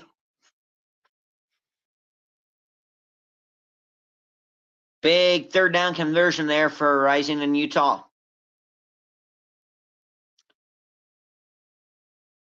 Rising needs to take that glove off if he wants a chance.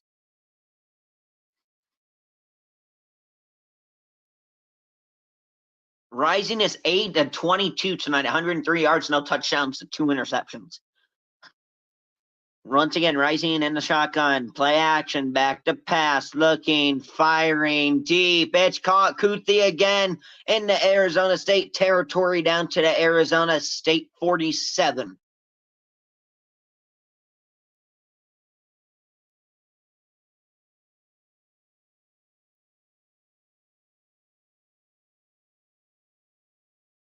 Slow motion throws here from Cam Rising. Excuse me, down to the Arizona State 42. Slow motion throws here from Cam Rising, but they get the job done. Hanging in the air for a long amount of time here. If Utah can go down and punch it in here, they can take the lead. Rising from the shotgun from the Arizona State 42. Fumble on the ground. Rising fell on it, but it'll be a flag, and it'll probably be a false start here on Utah. So they will be back at the Arizona State 47 now, 1st and 15.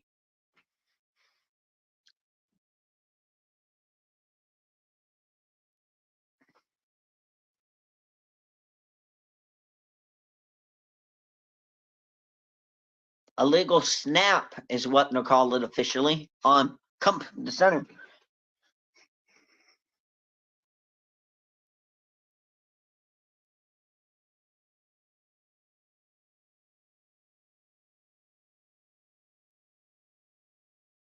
.725 clock running to go in the 3rd. Still 13-9, Arizona State. No score here. Nobody has scored here in the 3rd. Utah, 1st and 15 from the Arizona State 47. Rising, hands it off up the middle. Picks up about 4, 1 yard short of the original line of scrimmage. Stanley on the carry for Utah.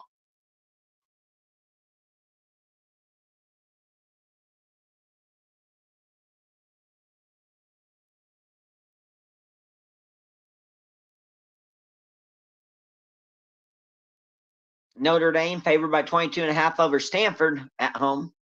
That game will be on 3:30 on NBC. I will not be covering that. I might look at it, but it's probably going to be a Notre Dame blowout. At least should be.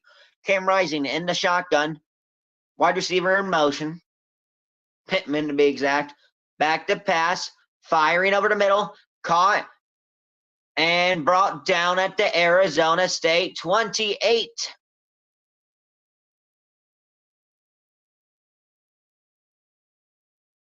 And all of a sudden, Utah is driving. Keep in mind, last time Utah was down in the red zone, Cam Rising threw an interception. Second to last time, I should say, excuse me. So from the Arizona State 27, Cam Rising comes out in the shotgun.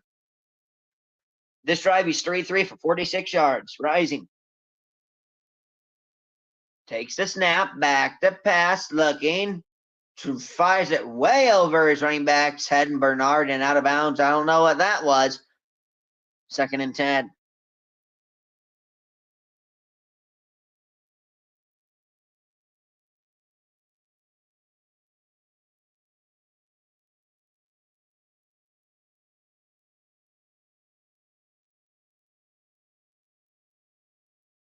If you're Utah, you got to start running it with Bernard more, I would think. They only got 85 rushing yards tonight. They need to run it more. Kuthi in motion. Bernard in motion as well on the right hip of Rising. Rising takes snap. Hands it off Bernard up the middle. He's got a lane, and he is close to another first down. Depending on the spot, he may have had it, and they're in the red zone.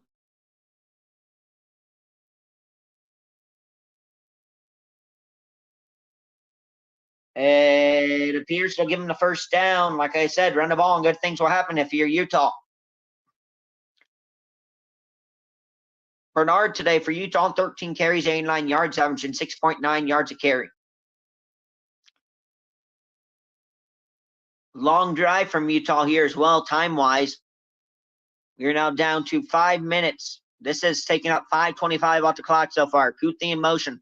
Hands it off. Bernard again up the middle. Making man miss to the 5 of Arizona State and brought down 1st and goal, Utah.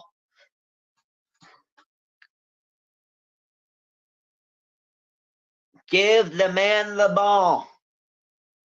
He's carrying your team right now. Give him to him one more time. He deserves to punch this drive. He deserves to punch this in to finish off this drive with the way he has been carrying your team this game so far, and he will come off to the sideline.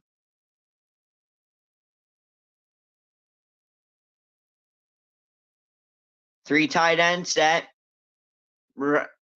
Kuthi and the shot, and Wildcat takes a snap up the middle. We got whistles.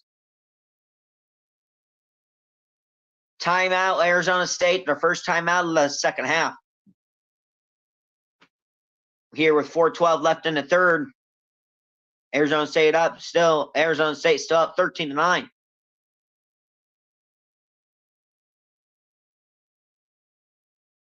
And we will go to an ad break.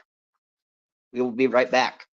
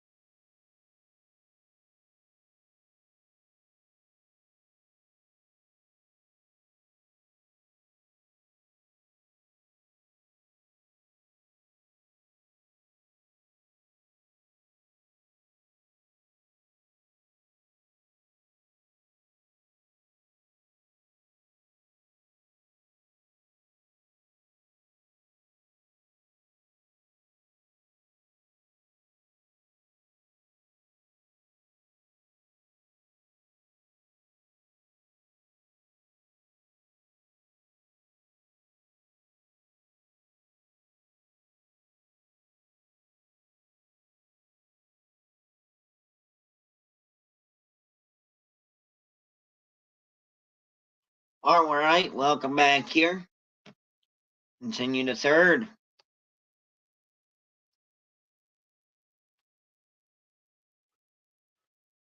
Arizona State up 13-9. But Utah threatening on the Arizona State 5.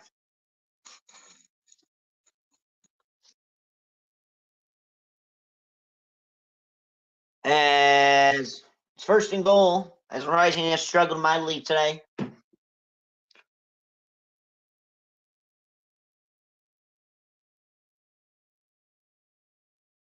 Utah has not led since they hit 2 field goals to go up 6-0. Just drive has now been 6:14 off the clock. Rising takes the snap, hands it off Bernard up the middle. Nothing doing. Might have lost a half a yard. Swanson getting in there for the tackle for loss for Arizona State.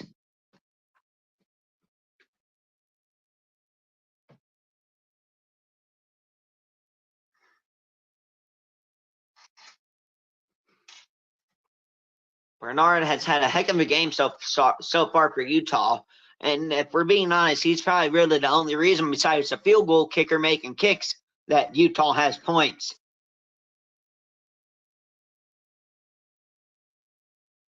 Rising. Back to pass all day. Fires incomplete.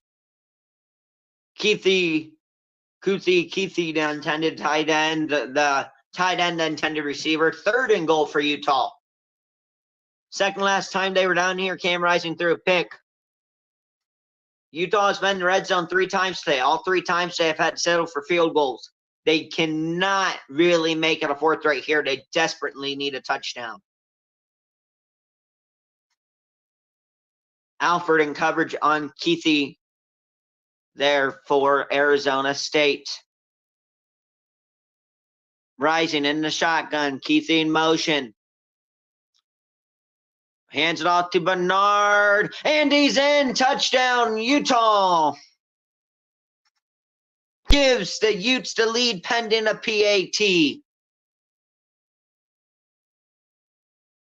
Excuse me, regardless of the PAT, pending the PAT, it's a field goal lead for the Utes.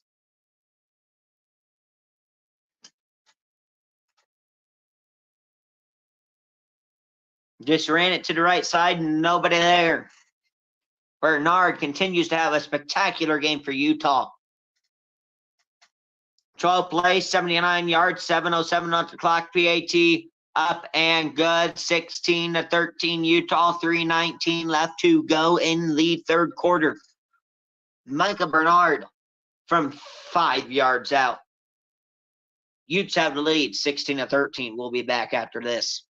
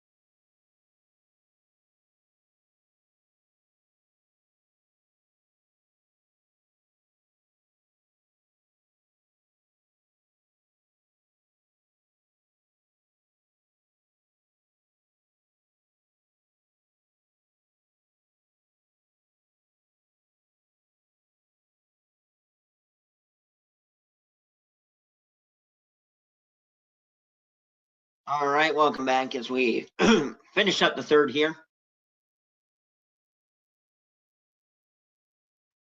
Utah up 16-13. Here with just a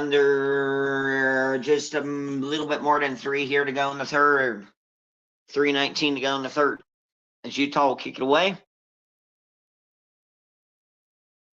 And it'll be a fair catch at the goal line. Arizona State will start down 25. They need a spark here in offense. Levitt, injured earlier, came back in the game, has struggled since.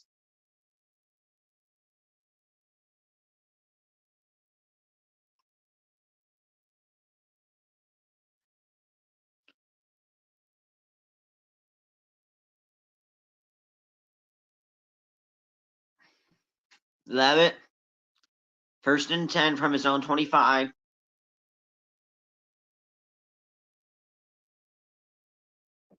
And false start in Arizona State, it appears.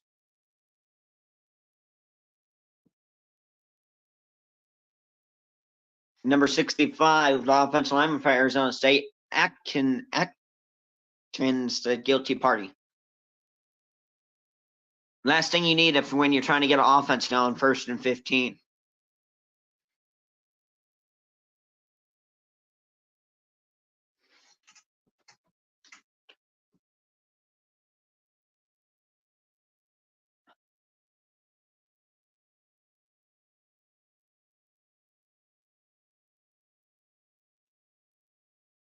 Levitt back to pass, fires across the middle. It's caught. He's got a man. He's to his own 40. Cutting back, slips up to his own 42. Big jolt there for Arizona State. That's exactly what they need to get that offense going. A nice play action pass. Perfect pass from Levitt right down the middle of the field, all the way up to their 42 on one play.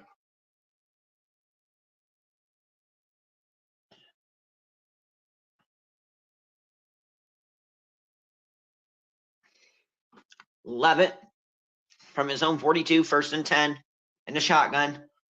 Take snap, play action again. Screens it out. Caught. Might have lost a half a yard.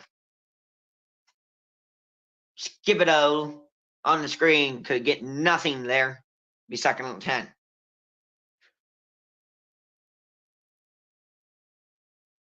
Second and a long 10. Second and about 10 and a half. Empty backfield. 5 wide. Levitt takes the snap. 4-man rush. Fires. Caught. Fighting. Driving. And it'll be about 3rd and about 2.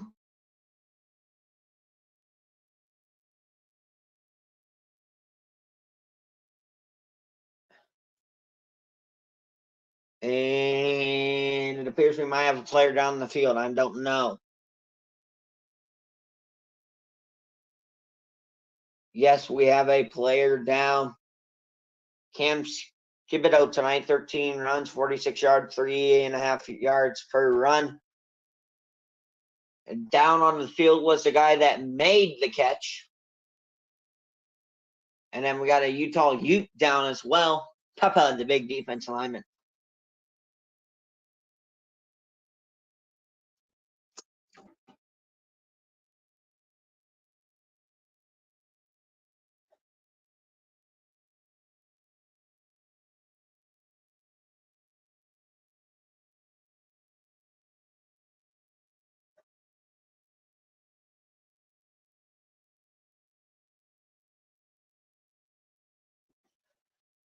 Haven't gone anywhere yet. Papa is on his knees. Maytaker, the wide receiver that caught the ball down on the field. He will be helped to his feet.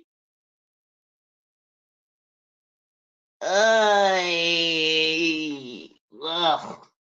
You never want to see that. His season might be over. Looked nasty, but he's jogging off the field on his own power. So is Papa, the defensive lineman, and we'll get back to play here with 1:42 left in the third. It'll be 3rd and 2 for Arizona State.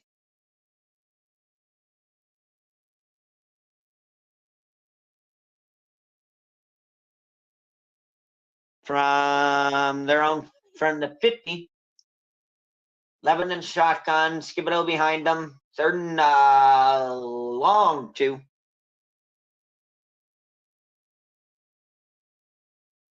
Take snap, hands it off. Skibido up the middle, got the first down and more. Driving, still going. He breaks the tackle. He's off to the races. He's still 20, 15, 10, 5. Touchdown, Arizona State.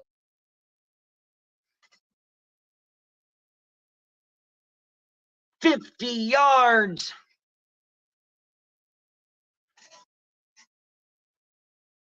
Talk about a spark on offense. That's one way to kickstart an offense, a 50-yard run to the house for Skibido. And just like that, the Sun Devils take the lead right back.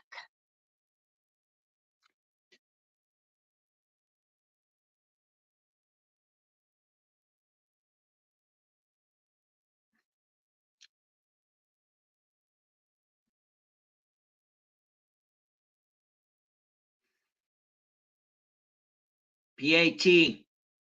The snap, good hold, kick is up, right down the middle, 20-16, Arizona State, 132 in the 3rd. Skibido fired up. After a 50-yard touchdown sprint, breaking 3 tackles, 4 tackles, keeping its balance, 5 tackles. Skibido breaking 5 tackles on his way to the end zone for Arizona State. And they take the lead right back on a 50-yard touchdown run.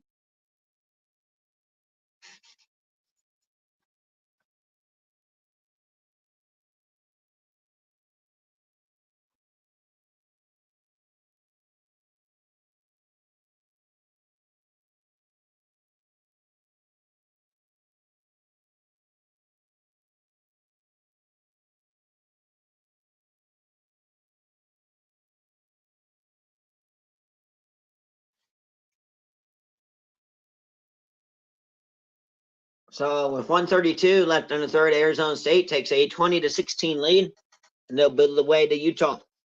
Cam Rising gets another turn after a 7.5-minute touchdown drive his last time out. That's Skibido's longest run of the season. We are back underway here. Line drive kick out of the back of the end zone, and Utah start their own 25.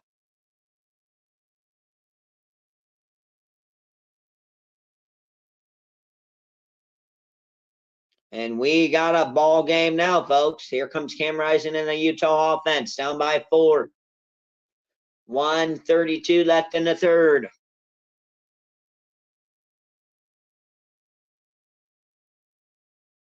Rising 10-26, 143 through the air, no touchdowns, 2 interceptions.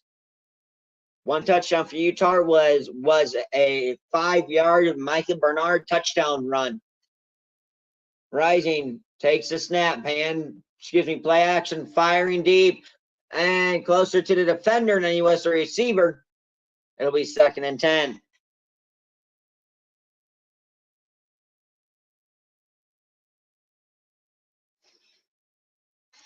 Last drive for Utah, 79 yards, 12 plays, and a touchdown. Michael Bernard finished it off with about a 5.5, 6-yard touchdown run for Utah to take the lead 16-13. But then Arizona State, as we know, Skibido got a 50-yard touchdown run, take the lead right back. Rising, hands it off, and a 3-yard loss brought down 3rd and 13 for Utah. And this defense is flying around now.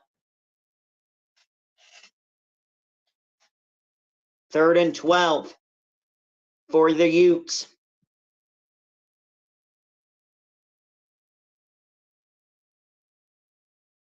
Substituting players.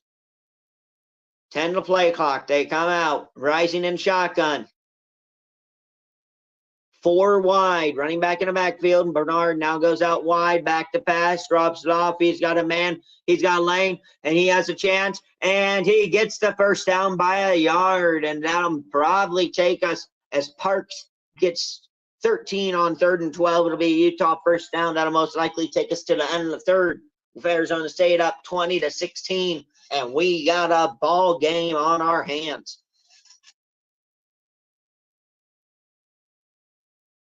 We will be right back for the start of the fourth quarter.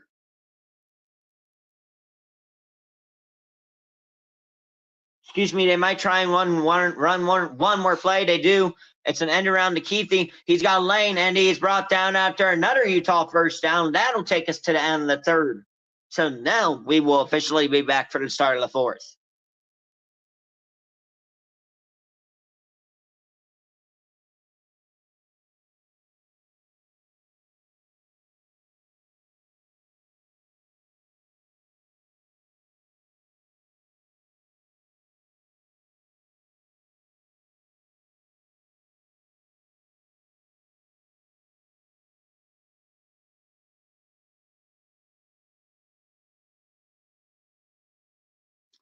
So while we're on ad break here, headed to the fourth. What an incredible game it's been so far. Offenses have definitely picked up in the second half. Great game so far. Utah around the 50 when we come back to start the fourth, and I will see you guys in about a minute and a half to start the fourth.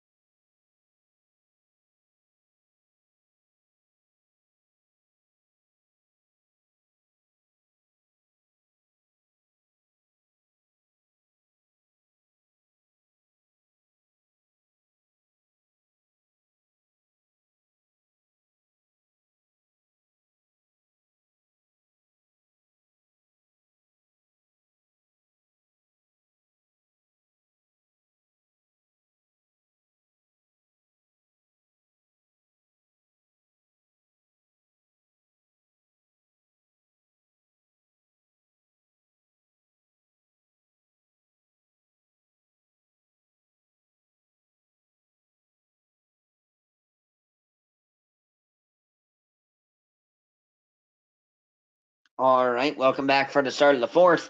Utah is driving here to start the fourth.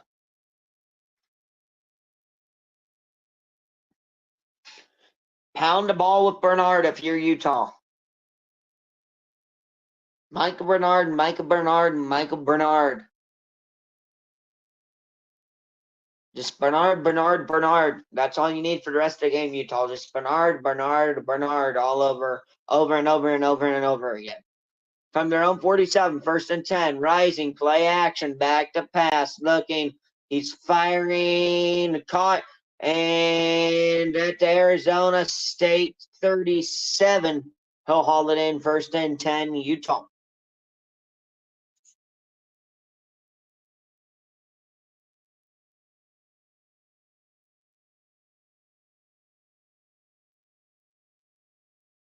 At least complete a couple. It looks like a wounded pigeon coming out of his hand.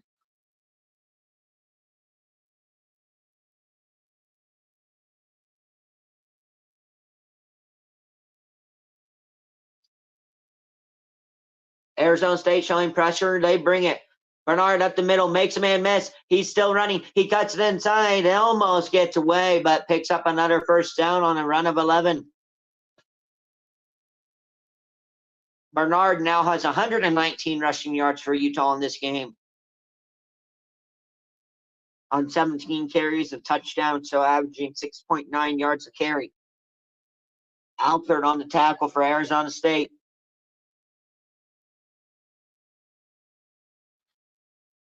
First and 10 for Utah from the Arizona State 31.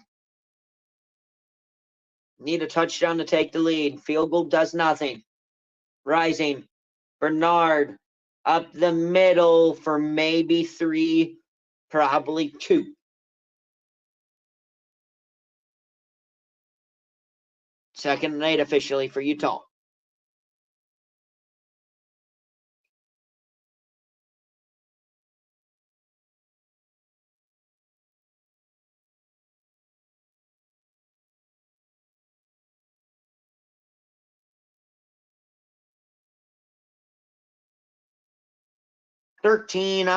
Just under 13 now to go in the 4th. Arizona State up 20-16. But Utah threatening at the Arizona State 29. Rising, fumble on the snap, picked up by Parks on a jet sweep, picks up 4. Utah avoiding absolute disaster on that play. Be 3rd and 5.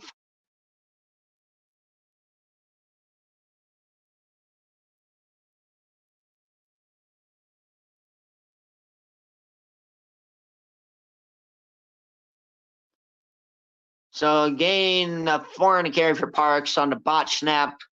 3rd and 5 for Utah from the Arizona State 31.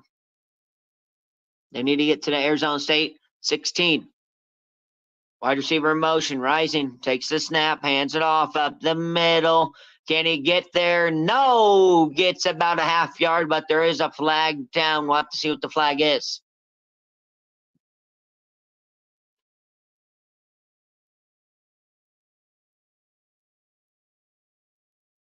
Looks like it's probably going to be, yep, it's holding on Utah. What will Arizona State do here? Will they decline it or accept it?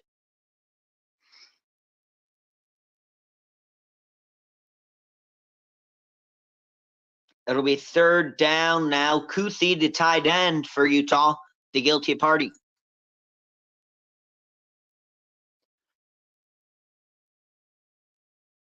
Bernard on a carry, maybe gained a half yard. 3rd and 15 now for Utah. I agree with taking that penalty.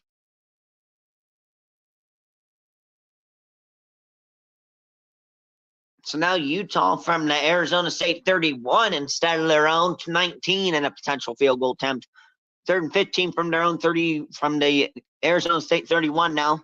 This will be about a 44-yard attempt or something like that, I think, from here, 44, 45-yard attempt. Rising, back to pass, looking, all day to throw, firing, caught. Bernard to the Arizona State 24, and that's it. So what will Utah do here on 4th down and 8? They're leaving the offense out in the field for right now.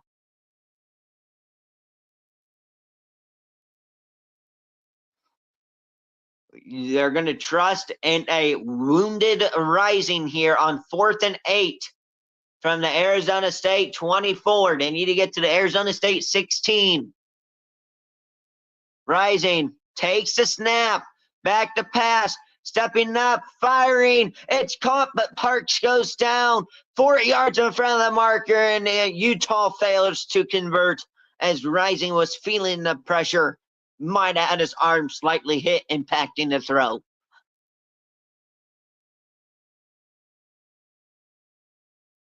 So we will go to an ad break, and I will be right back.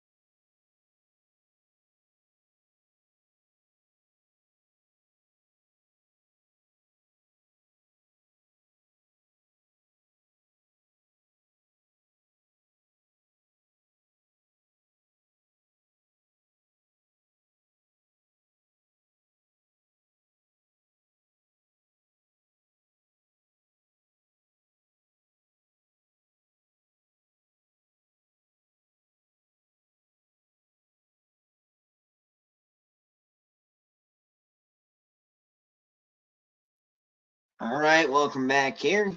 Continuing for 10:49 left, Arizona State up 20-16.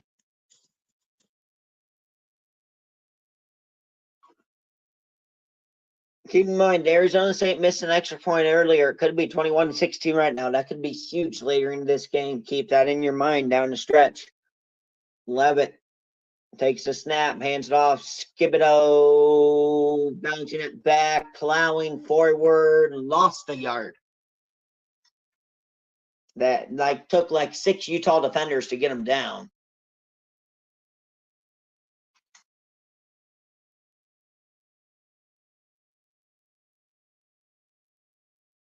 Running backs tonight, Michael Bernard, 18 carries, 119 yards, 6.6 yards a carry, 1 touchdown. Skibido, 15 carries, 96 yards, 6.4 yards a carry, and a touchdown.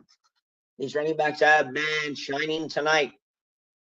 Levitt hands it off. Bernard again has a hole. Almost. It's a 5-yard gain, but if he makes that man miss, he might be still running.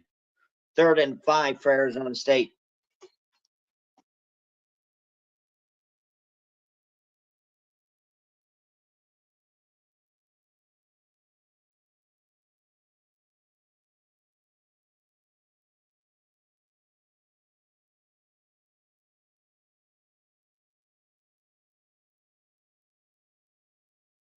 The pitch at Skibido on the outside. It gets absolutely hammered. A yard, a half yard short of the marker. Oh my, what a hit to keep him short. Holy mackerel.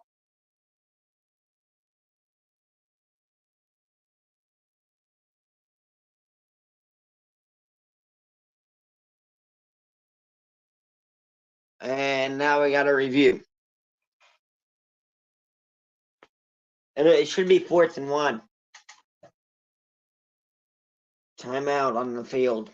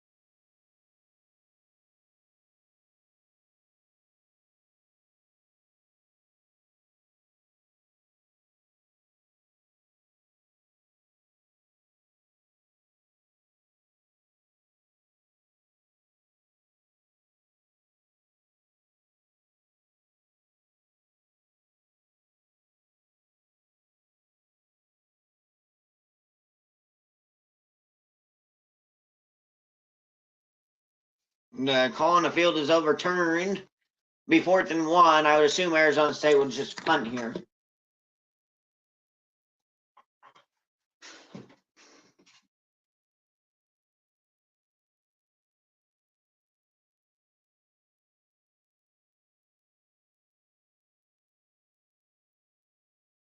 And the offense is out there for ASU. Holy moly. If they legitimately go for this.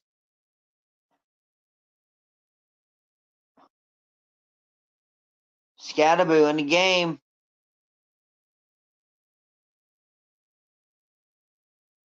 Scatterboo in the Wildcat. They take the snap. And he's not going to get it. He didn't get it. He didn't get it. It's going to be Utah ball.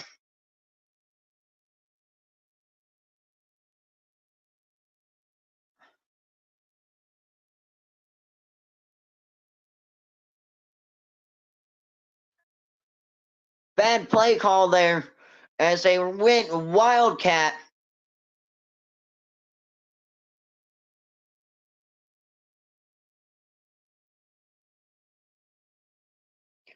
Should, if anything, should have went with a QB sneak.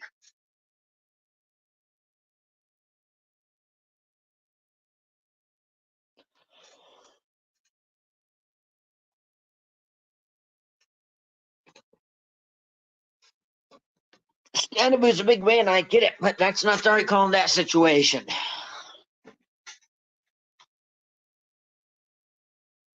It's now Rising from the ASU 30. Play action, rolling out right, firing low and incomplete. If he hit the guy, he might be in the end zone right now. Rising once again, way off target, 2nd and 10.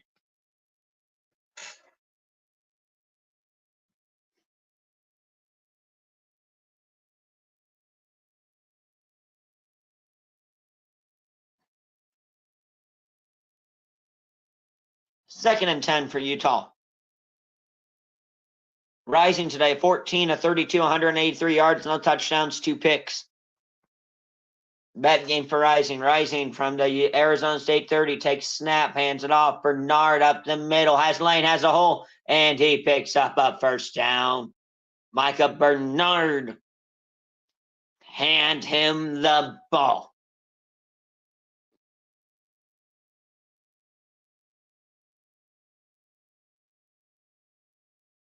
Micah Bernard now has 130 yards on the ground today to go along with a touchdown. What a day so far for Bernard. And we still have 8-10 left to go in the fourth. 1st and 10 from the ASU 19. Rising. Hands it off. Bernard again, trying to get to the outside. Got to the line, and that is all. Might lost a half a yard. 2nd and 10.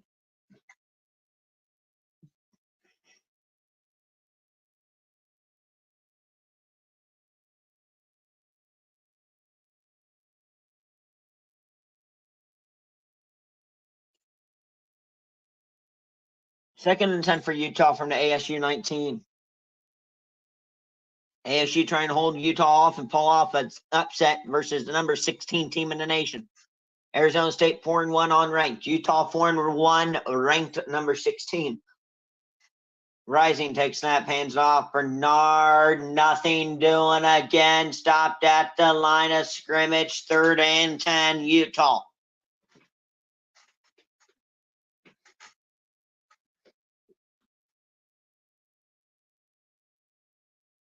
Keep in mind, there's now a 2-minute warning now in college football. If you have not heard of that rule, like the NFL, at the end of the second, towards the end of the 2nd and 4th quarters. Utah does have all 3 timeouts plus 2-minute warning. Arizona has 2 timeouts plus 2-minute warning. 3rd and 10.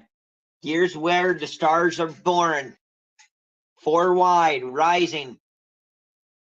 Takes the snap, back to pass, firing, caught, sandwiched right away. It'll be 4th and a long 4. 4th and about 4. What does Utah do here? Last time they were here, they went for it, didn't get it.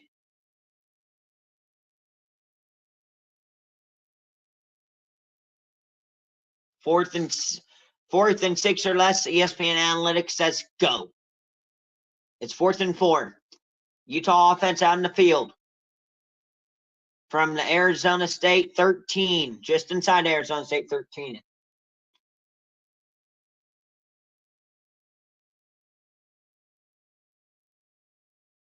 Takes snap, Rising, firing, caught. Pittman keeps his balance. Touchdown, Utah, but there is a flag. And it's coming back for offensive pass interference on Utah.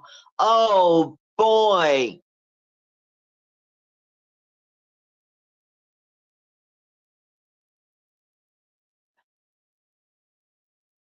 Pass interference on Parks on Utah. Oh, boy. Now Utah, you've has to settle for the field goal pretty much at this point to make it a 1-point game.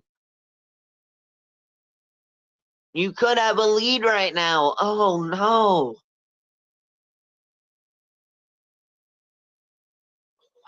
Clearly offensive PI. It's not that it's a questionable call. But now you have to settle for a field goal attempt here. Try and make it a 1-point game. 45-yard attempt. Good snap, good hold. Kick is up. And just inside the upright. It is 19-20. Arizona State holds them to a field goal of 5:42 in the fourth. and we'll take an ad break, and we'll be right back.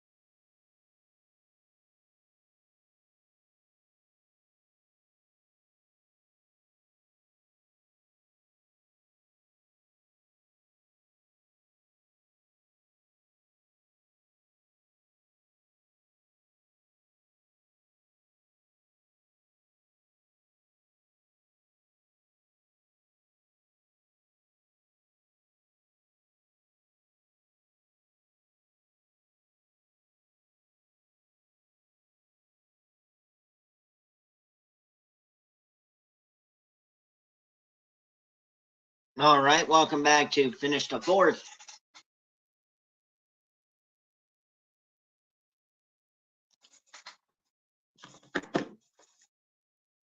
.542 to go. Utah behind Arizona State, 19-20. 1:37 in the morning on the East Coast. It's time to finish this game. Utah will kick it away. Hauled in at 6, and it'll be a fair catch. Arizona State will start their own 25.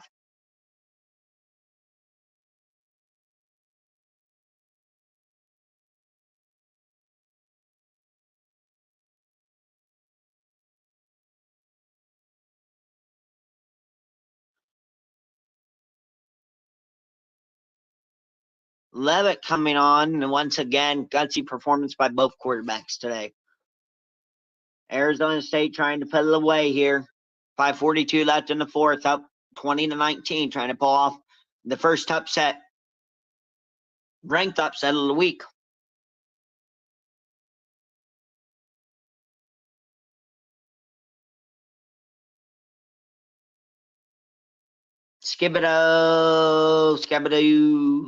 Skibido up the middle for about 3. Jeez, that might be 2 in the morning, but I get to bed. But hey, it's all worth it when you get to watch a good football game like this.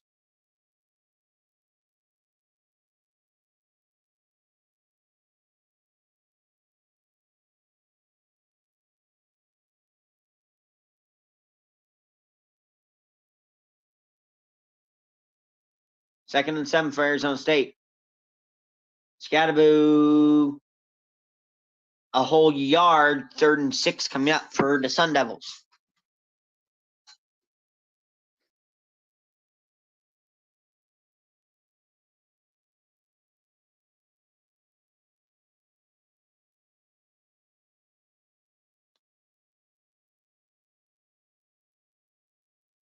Crowd trying to ramp up this offense. 3rd and 6.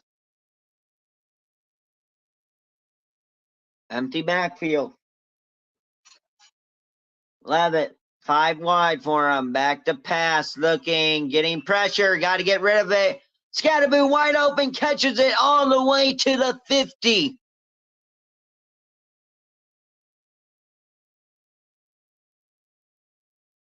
Levitt with by far the biggest play of the game on 3rd and 6 from his own 29. Finding Scatterboo all the way out to the 50. What a catch by Scatterboo as well.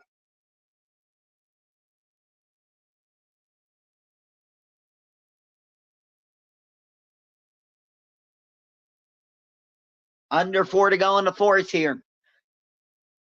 Levitt takes the snap, hands it off. Brooks up the middle for 2, maybe 3 for Arizona State.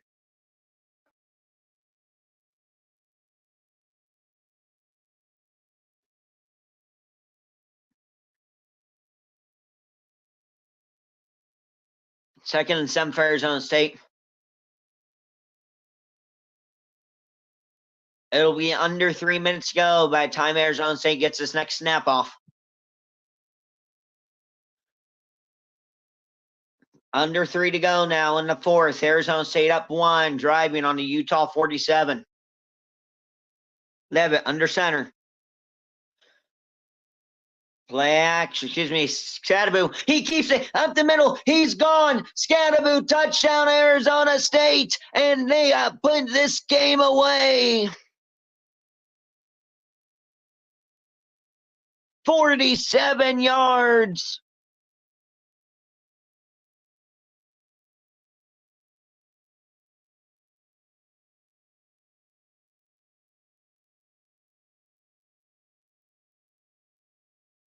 "50-yard touchdown earlier to give him a 20-16 lead.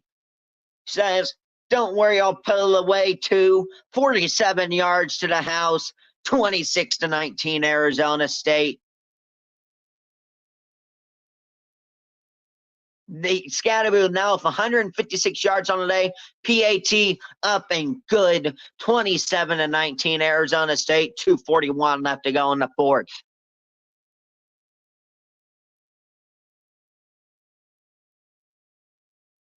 And it's looking like Arizona State will probably at this moment pull off the first top 25 upset of the week. Cam Scatterboo today. 156 yards. 2 touchdowns. Over 20 carries. What a day. And his day might not be quite over yet. Along with over 20 yards receiving too.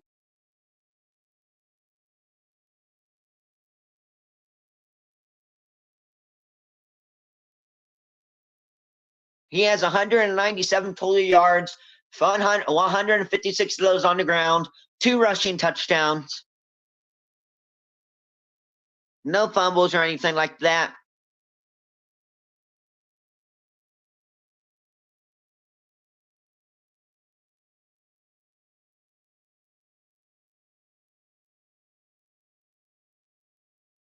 What a game for Scatterboo. Arizona will move away. Keep in mind, Utah does have all 3 timeouts and 2-minute warning. And it'll be a touchback. Rising will come out and start at zone 25.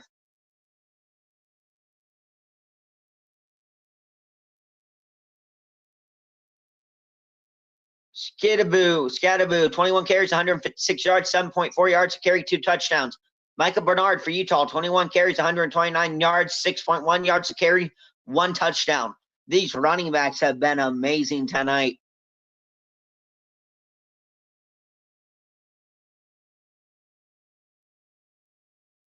All the talk was Rising coming back, but it's been the 2 running backs that have stole the show tonight.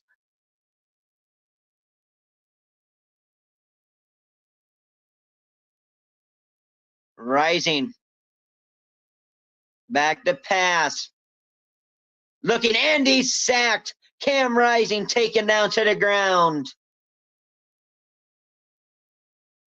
Clark with the sack for Arizona State. Trying to put this game away. They go fast. 2nd and 18. Cam Rising in the shotgun. Back to pass. Looking. All day to throw. Drops it off. Bernard. He's got a first down and more. Runs into his own blocker all the way out to his own 37. And that will take us to the 2-minute warning. And we'll go to an ad break. 2-minute warning. Utah on their own 37. 1st and 10 when we come back. Down 19-27.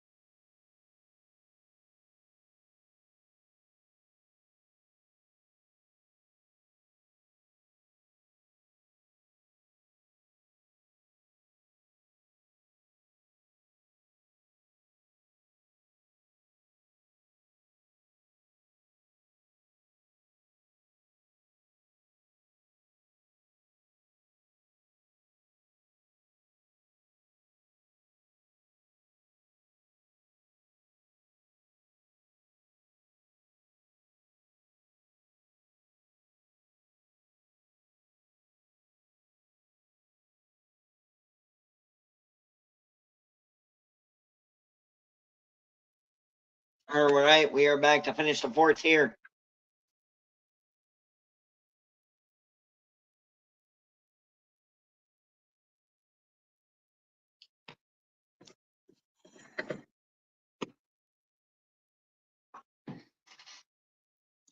First and 10 for Rising. Back to pass. Looking. Firing quickly. Incomplete. 2nd and 10. Kuthi, the intended receiver.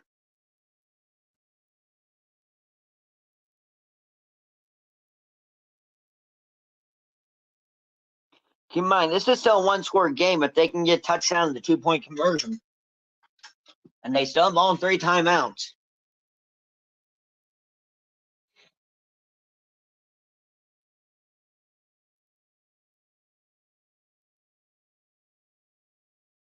Second and 10 from their own 37. Rising. Takes the snap, back to pass, looking all day to throw. Prime running now, still looking, gets it from behind, pitches it incomplete. Third and 10 for Utah.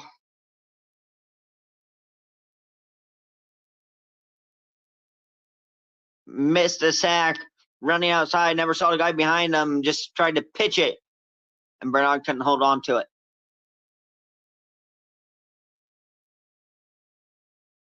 Third and 10 for Utah from their own 37. 147 left, all 3 timeouts. They have to get a touchdown and a 2-point conversion to keep this game alive.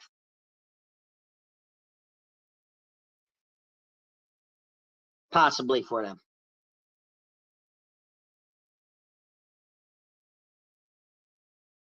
They don't get the snap off.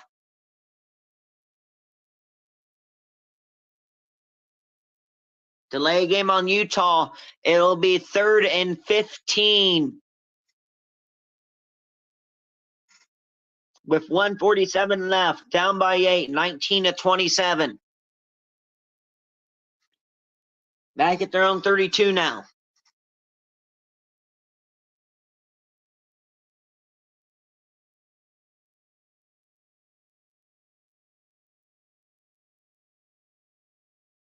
Utah fans hoping and praying for a miracle.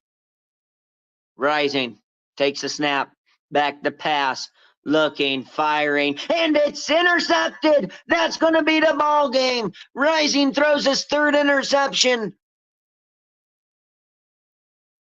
And it's McCullen's 2nd of the game. And Arizona State is going to pull off the upset here on Under the Lights here Friday before, I should say early Saturday morning, 2 in the morning. Arizona State beating number 16 Utah. Pretense here, as long as nothing goes crazy.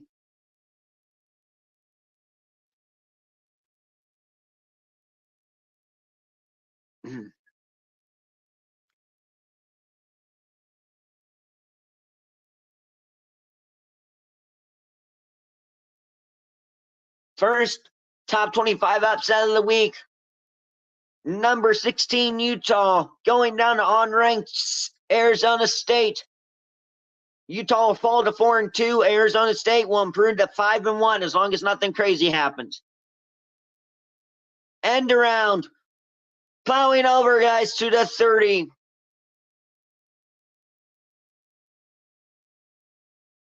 Smith on the carry. Timeout, Utah there first. It's a 30-second timeout.